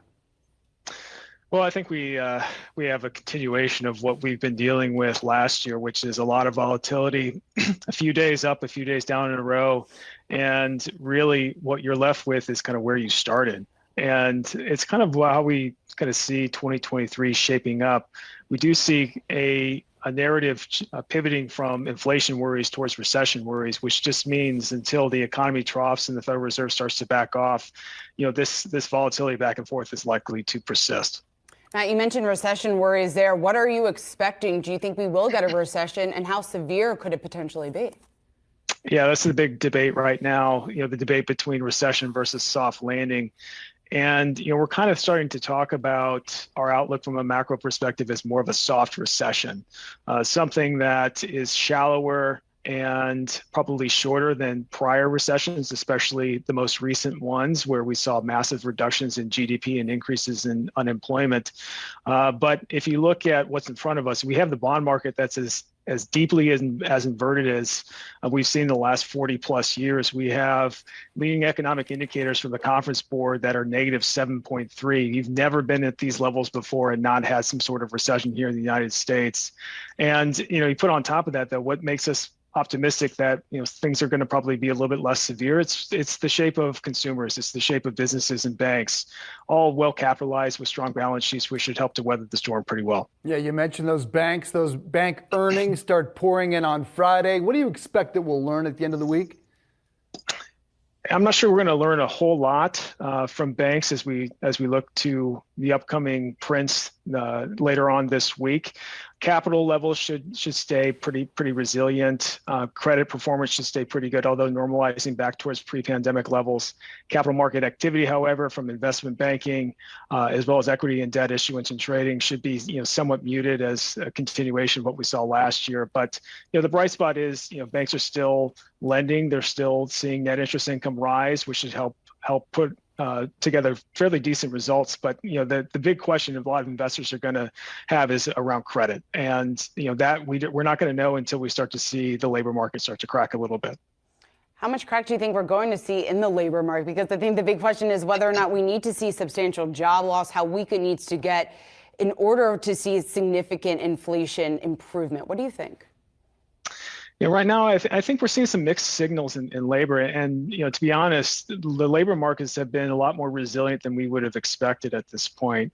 Last Friday, we got the jobs report and, the headline number was pretty good. But, underneath the surface, there were some mixed signals, which I think kind of sparked the rally this past Friday. We saw average hourly earnings miss expectations and come in underneath what the market was expecting. That's a good sign in terms of inflationary pressure starting to come off as it relates to labor tightness. We also saw average work weeks move lower, the second lowest level they've been at since the pandemic started, which just means that companies are seeing moderating demand.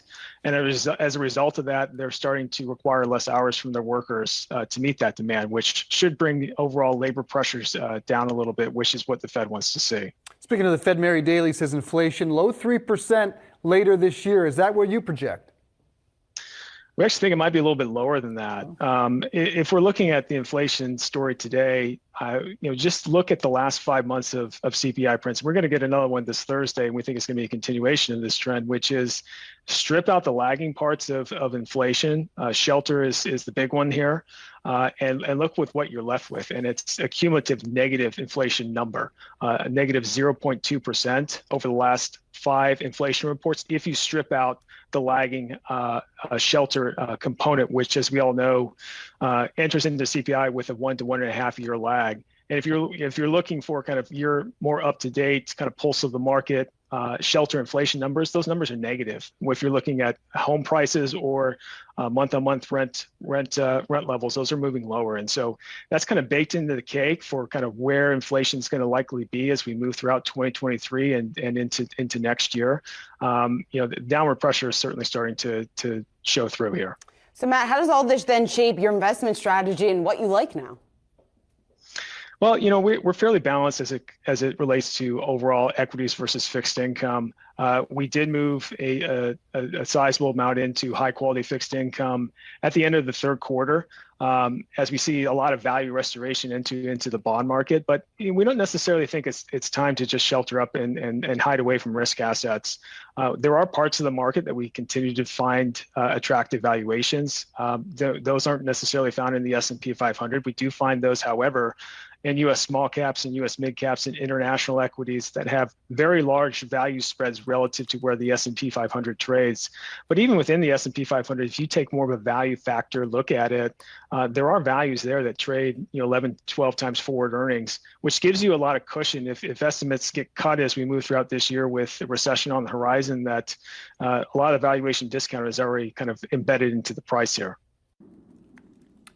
We entered 2023 amid major Fed tightening, high inflation, and tech layoffs. What can we expect from the economy throughout the year? Here with some predictions is Sarah Johnson, S&P Global Market Intelligence Executive Director. Sarah, nice to see you. Let's start with inflation, the big question on everyone's mind. And Mary Daly from the Fed says 3% by later this year, which would be welcome news for the consumer. What's your projection? Well, for the U.S., we're projecting a significant deceleration in consumer price inflation. Depends on which indicator you look at, but the Federal Reserve tends to be focused on the personal consumption deflator, the core deflator. And yes, that could easily get down to the 3.5% range by the end of this year. Globally, we see inflation at about, last year 7.7%, this year about 5%, and next year 3%. Sarah, what does all this then signal just about how aggressive the Fed needs to be in order to meet those inflation goals, and what that means for the odds of a recession, whether or not we still have maybe the option or the ability to avoid one at this point?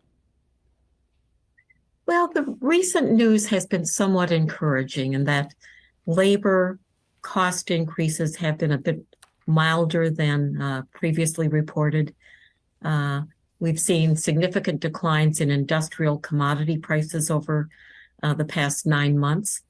And we see some normalization of supply chains.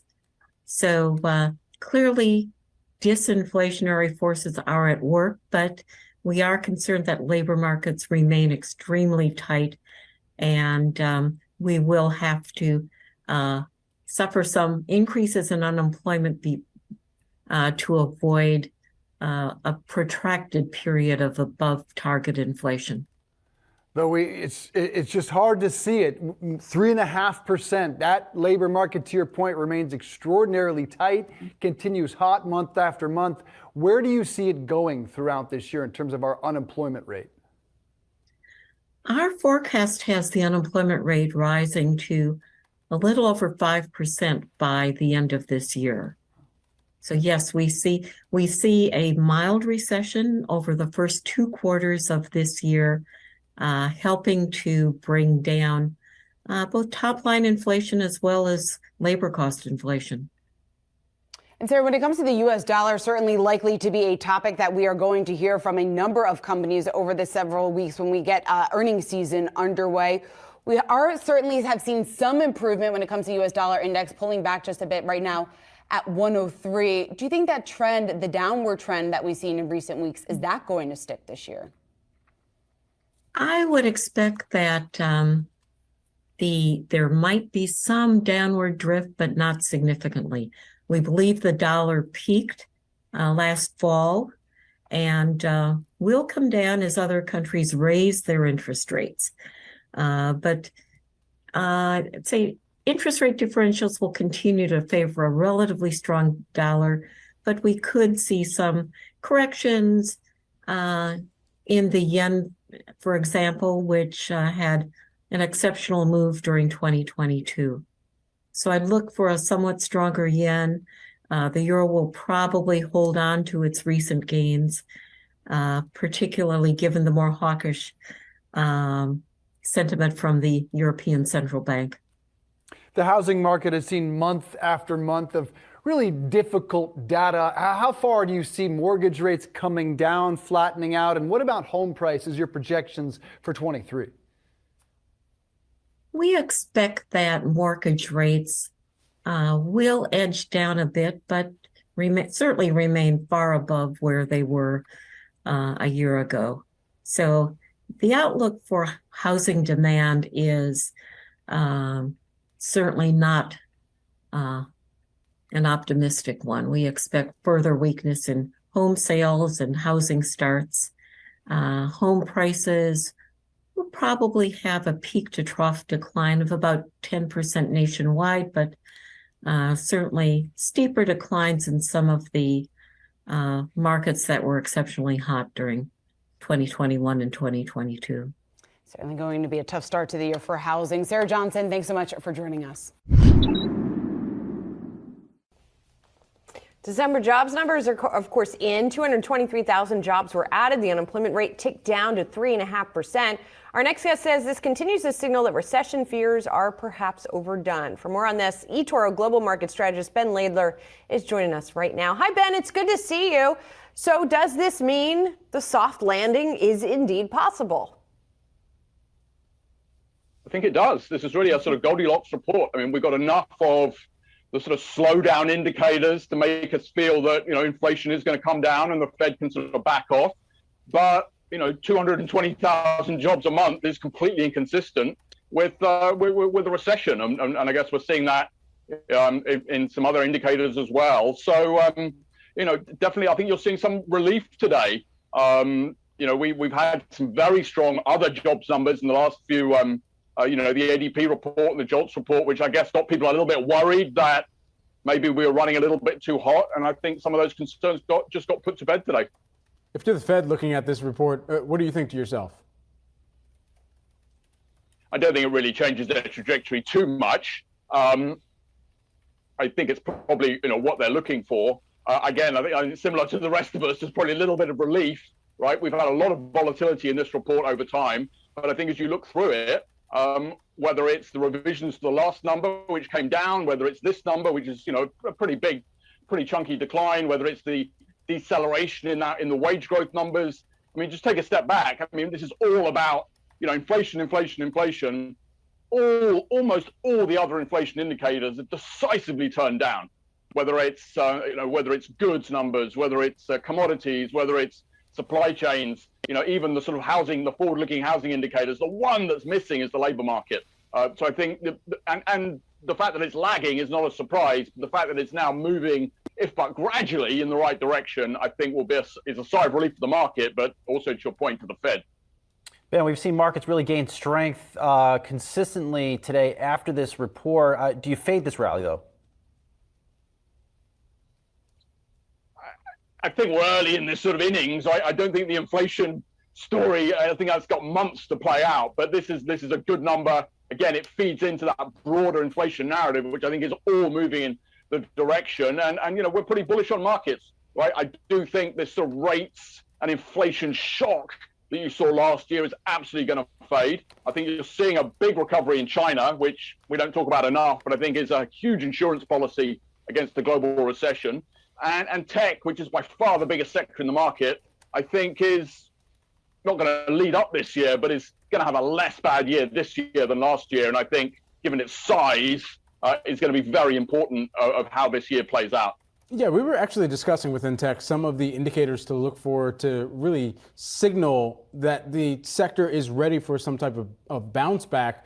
But one of the projections that we received yesterday was that we shouldn't look for that return in full force until the back half of 2024, which at that point would put us into an election year. And we know the tendency or the propensity for markets to kind of be sideways and just kind of flat, barely to the upside even in some of those general election years.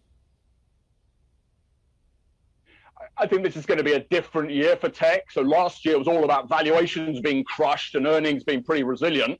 I think this year is going to be about earnings maybe not being crushed, but earnings certainly leading the market on the way down. And I think you're going to start seeing that in the fourth quarter numbers when we forget how cyclical some bits of tech are, and that, that $50,000 Tesla or that, $1,000 iPhone is ultimately a discretionary purchase, which many of us don't need to make.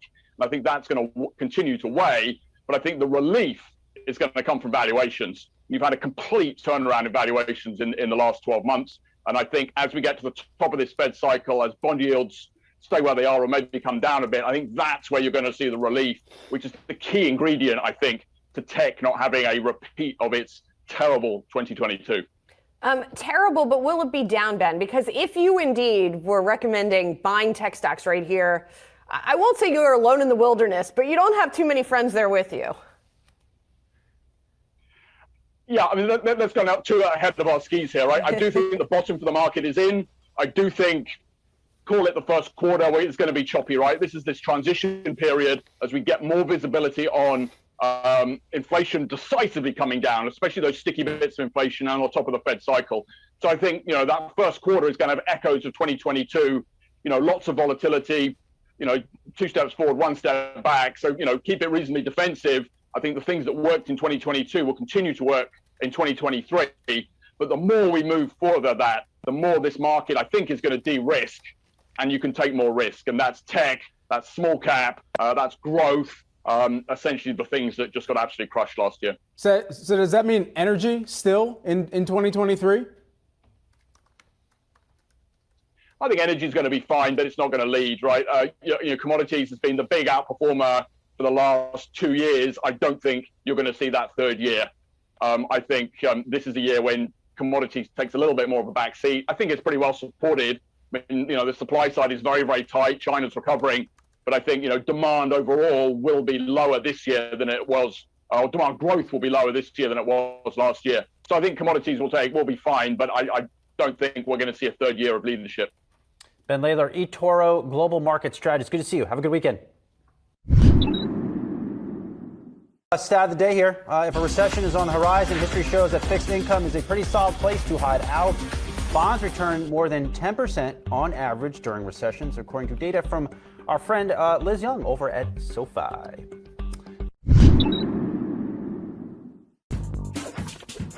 Shares of Amazon are on the move after the tech giant confirmed it will be cutting over 18,000 jobs, far more than originally expected.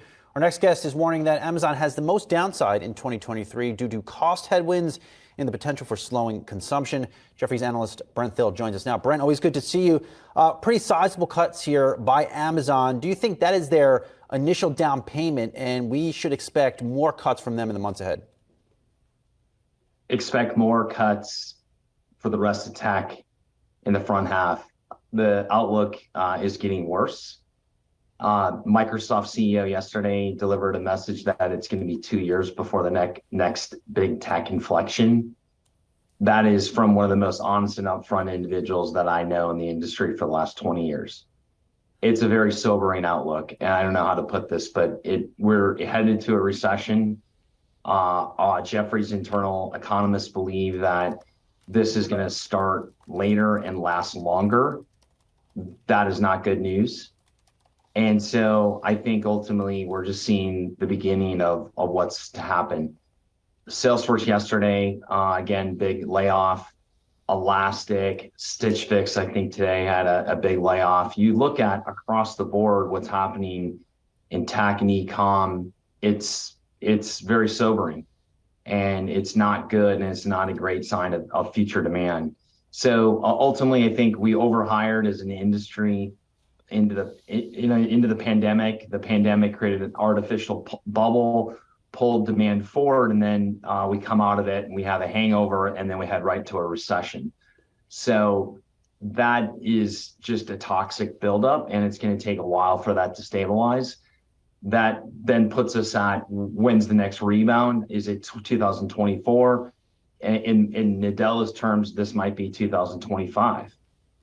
And so in the short term, companies have no other choice but to tighten their belts, get back to growth at a profitable measure. Most of tech is growing with no regard to profitability, and that has to change because investors will drive those stocks to zero if they don't produce profitable growth. And so, not a great outlook. Sorry to be so sober.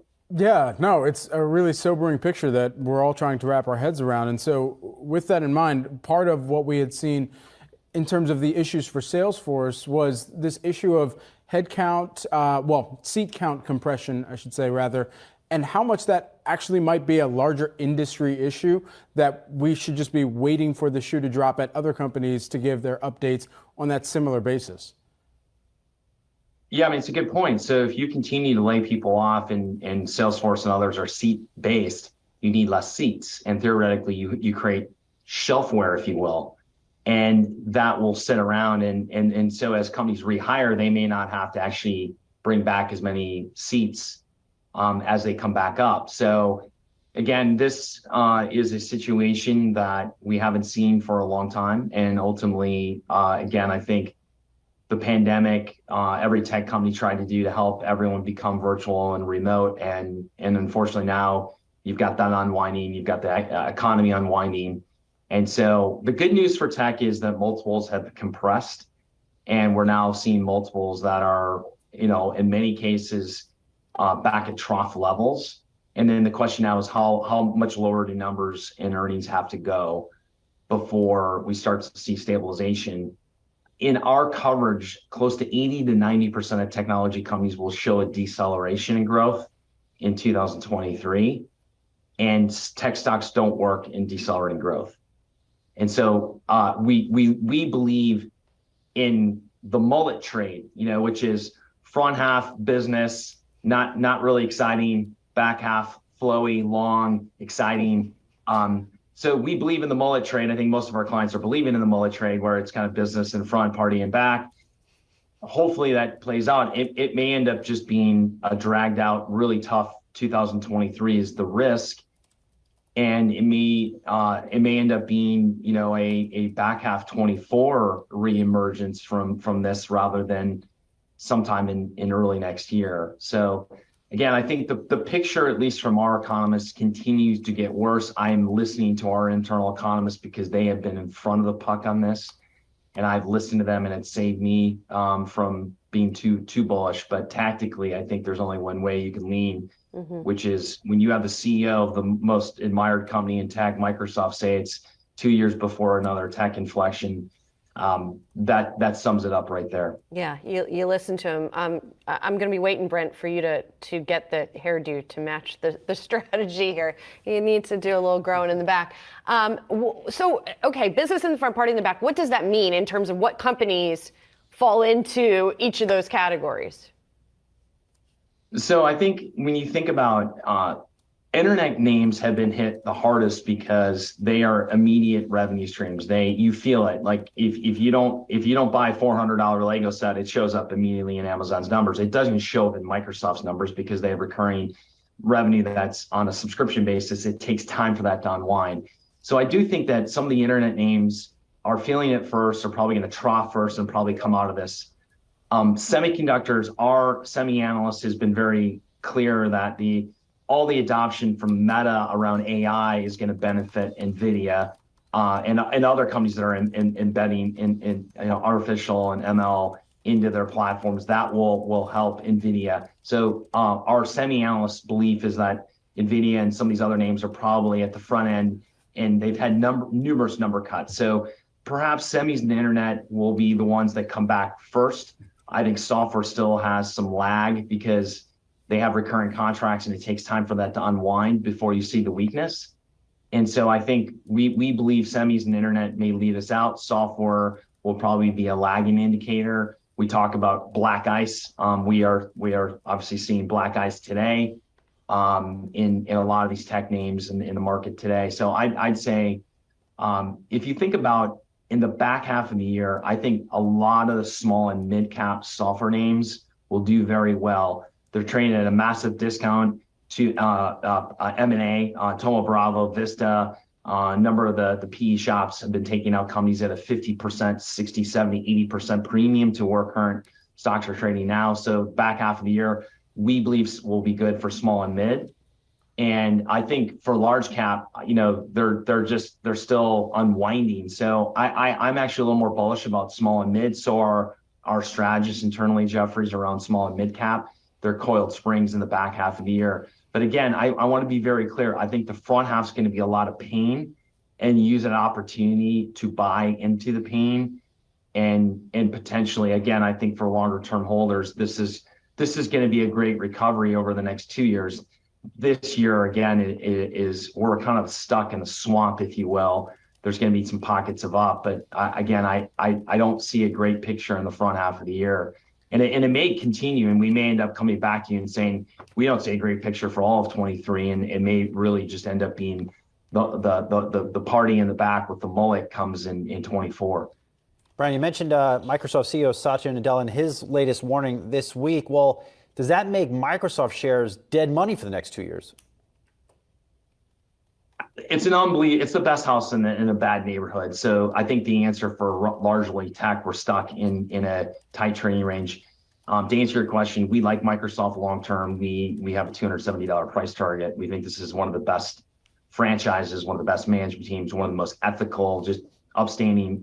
Again, I think Nadella wins the award for the most admired person in my industry. And so I go back to, you want a leader like him to lead through what's going on, and I have a huge admiration. I think, unfortunately, short term, a lot of these names are stuck. And if you believe in a $10 earnings number for Microsoft, it's hard to argue that you're going to put anything past a 25 multiple. That would be $250 in the stock. And so we think, again, Microsoft's stuck between a $200 to $250 range. If you took a 20 to 25 multiple on earnings, and again, stock you're showing right now at 224, we're stuck right in the middle of that. So that would suggest, to your point, to answer your question, it's kind of stuck in the short term until we have a breakout on what's happening in the overall environment. Yeah, I'm interested to see what Bing plus Chat GPT looks like, but that's a whole nother conversation. Brent Thill, thank you so much. It's good to see you. Sobering words, as you said, on what's going on in tech right now. Appreciate it. Well, there's not necessarily much investors are agreeing on this year, but a lot of people are looking to the fixed income market as having a comeback in 2023. PIMCO Managing Director and Portfolio Manager Sonali Peer joins us now to discuss. Sonali, this has been one of the refrains that we have been hearing from investors. Why are people feeling so good about the bond market for this year? Yeah, absolutely. After a tough 2022, it really has changed the landscape where yields are today. Of course, on the back of the Fed hiking rates. And, today, if you look at the yields, even on 10-year treasuries, for example, there's positive yields. There wasn't long ago we were talking about the stock of negative yielding assets. Today, not only have yields improved dramatically, but there's also providing a fair amount of income. So despite potential volatility in 2022, there's a lot of room now, 2023, a lot of room now for income producing assets.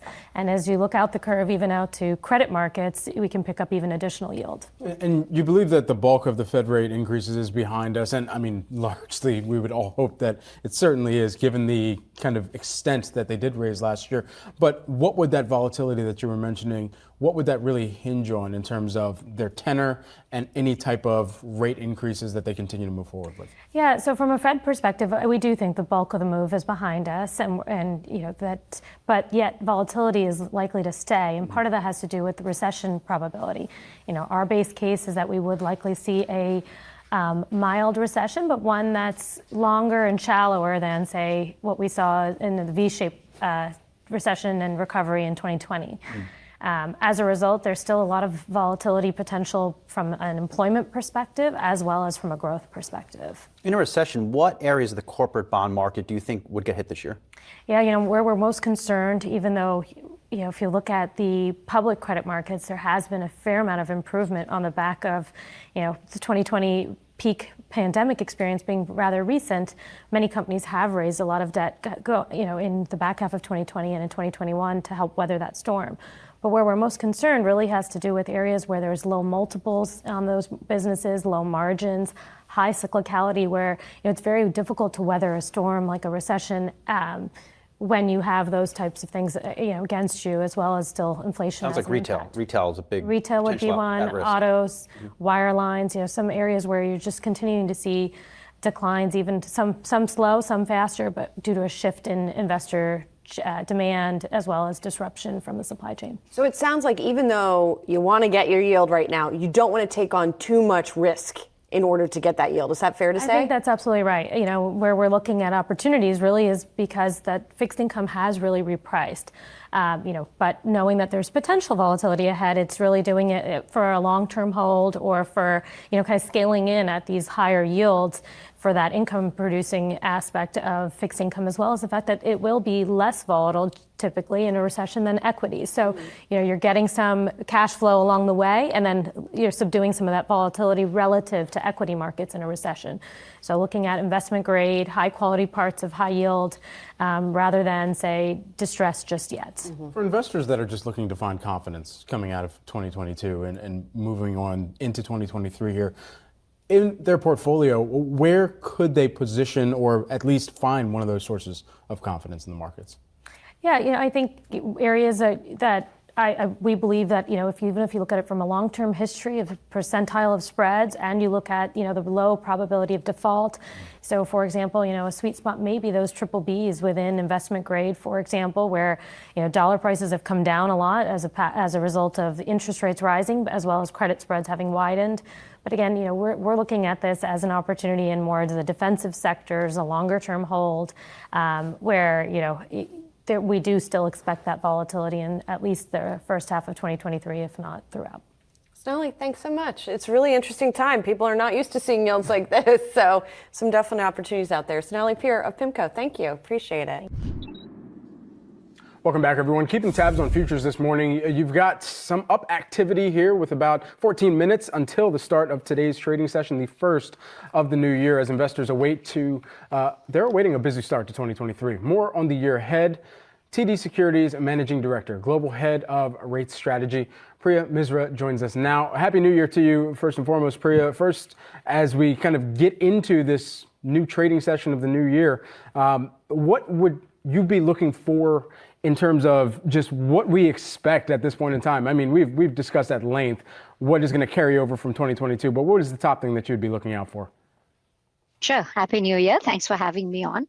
I think the focus last year, I think some of that focus remains this year, which is going to be on economic data and the central bank response function. And I would say globally, but particularly for the US, we've got a lot of data over the next week. So we'll be watching particularly that payrolls report, wages. I think the key question is inflation may have peaked, but how quickly is it going to decline? Is it going to get closer to 2% by the end of this year, which will allow the Fed to start to respond to a slowing growth picture? Now, in our view, inflation is going to be sticky.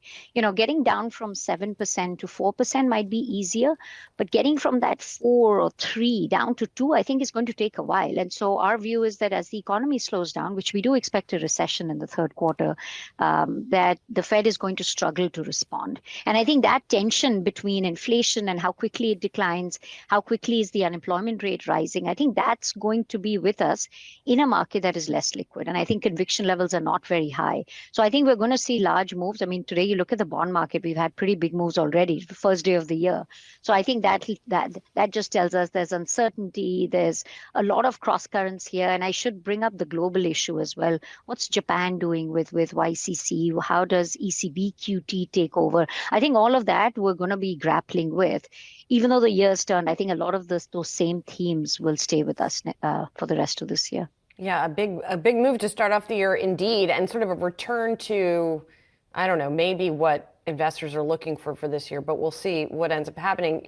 When we talk about the Fed and how it's going to struggle to react, you're looking at a terminal rate that's higher than what the market is pricing in. Does that reflect that struggle and what the Fed has telegraphed, that is its willingness to sort of go hard against inflation, maybe at the cost of growth? Exactly. And I should say that growth right now is strong. We just had data over the last 2 weeks that shows that the consumer is still spending, and the labor market is very tight. So the Fed really, I think, has sort of a one-way trade to continue to raise rates until they see service inflation, wages starting to come down. I think that dilemma for the Fed will actually grow in the second half, because by then the unemployment rate rises to the point where they should start to ease policy, and will inflation allow them to ease? But for now, I think they're telling us that December Fed meeting was very hawkish, and we're going to get the minutes this week, tomorrow. So we're actually waiting to see what we hear from the minutes, but the dots came in much higher than market pricing. And I think the market's calling the Fed's bluff a little bit, but they remain very focused on inflation, and they need that service inflation. I think the focus will shift from CPI and core CPI to service CPI and wages. And that, I think, is just very sticky because the labor market remains tight. Will inflation reach a point this year that will allow the Federal Reserve to cut rates? So I think it's both. We do think inflation comes down. We don't think it gets all the way down to a 2-handle. We've got 3.1 by the end of the year. So it's declining. It's moved a long way. But I think then we'll be looking at the labor market as well. If the unemployment rate is close to 5 in our forecast by the end of the year, and you've got inflation still above target, but we've done a lot of work, we do think the Fed starts to cut rates. So we've penciled in the first cut in December of this year. But then we have 225 basis points of cuts penciled in for next year, because by then the labor market is weak enough that the Fed may have to start to say, look, we've gone from inflation being public enemy number one to the labor market. And I think then they can start to respond. So I think we have to be looking at that unemployment rate as well. 3-handle or even 4.5. The Fed's own forecast has 4.7. I think it needs to be much worse than 4.7 for the Fed to start to respond by cutting rates. If we do see the Fed start to cut rates, what indications do you believe that they will need to see in order to ensure that inflation doesn't once again try or even spark back up, even after they make that type of pivot? Right. Yes. I think that's going to be a key thing they're going to be watching. They're really terrified. What I call the ghost of the 70s still haunts them, meaning they don't want to be early in responding to the slowdown. So I think they'll be watching inflation expectations. The Michigan survey, we look at all sorts of survey measures for inflation expectations, consumer as well as market-based. They'll want to see that being stable. And then I think it's going to come down to services and wages. If wages have downshifted, we're not looking at 5% wage growth, but 3.5 or even 4. I think they can say, look, wages are starting to come off. And so some of that pressure on service inflation is declining. And we'll be also watching for consumer spending. These are all early signs. If the consumer savings buffer, accumulated savings, is down and the consumer spending starts to go down, you would think inflation follows next. So I think they're going to look at a bunch of things to make sure they are not early. I actually think the Fed was late to start to hike, and I think they're going to be late to start to cut because they are so worried that they might let inflation, might stoke inflation expectations, and then it's very hard to bring that inflation back down. TD Securities Managing Director and Global Head of Rate Strategy, Priya Misra. Good to see you as always. Happy New Year. Thank you. Fears of a recession are looming across the country. Yahoo Finance's Jana Heron joins us now with tips on how to prepare yourself financially in the event of a downturn. Jana, what's the first thing people should do to get ready? Sure. And you know what? Happy almost New Year to you, Jared. Yes. But yeah, so I know people are probably a little worried that there's a recession coming and what that might mean for their finances. So the first thing I think people should do is actually take stock of their financial situation. And I would actually recommend this regardless of whether you're worried about a recession. It's a great time of the year to really figure out what money is going in and what money is going out. So what is your financial situation? That includes, what are your essential bills? So what do you spend on housing? Your car payment, if you need your car to get to work, your health insurance, your utilities, and food. Those are the essentials, right? You need to make sure you have money to always meet those bills. Then tally up your other bills. So how much do you spend on that other stuff? Like, going out, your credit card debt, your subscriptions, your streaming services, cable. These are kinds of expenses that can either be eliminated altogether or cut down. And it's good to know what those are. Then take a tally of your cash on hand. So what do you have in your checking account? What do you have in your savings account? Do you have any money floating around in CDs? So know what you have there. And then last, what are the other sources of cash that you might be able to tap? And it might be a little bit harder. So if you own your home, can you get a home equity line of credit or a home equity loan? Do you have a certain type of life insurance policy that allows you to withdraw money early or take a loan? What about your retirement accounts? Does your employer allow you to take a loan against your 401k? So you want to really gather a good picture of where your finances are and where you can go to if you run into trouble. Jenna, we hear lots of talk about an emergency fund exactly for a time like this, when times get tough. I guess people want to know, and I'm curious, how much should people be allocating towards their emergency fund? And any tips if people don't have one and are looking to build one pretty quickly? Yeah, emergency funds, really great to have. It really gives you peace of mind. The rule of thumb is to have 3 to 6 months of your expenses saved up. You want to be closer to that 6-month goal if you're a one income household.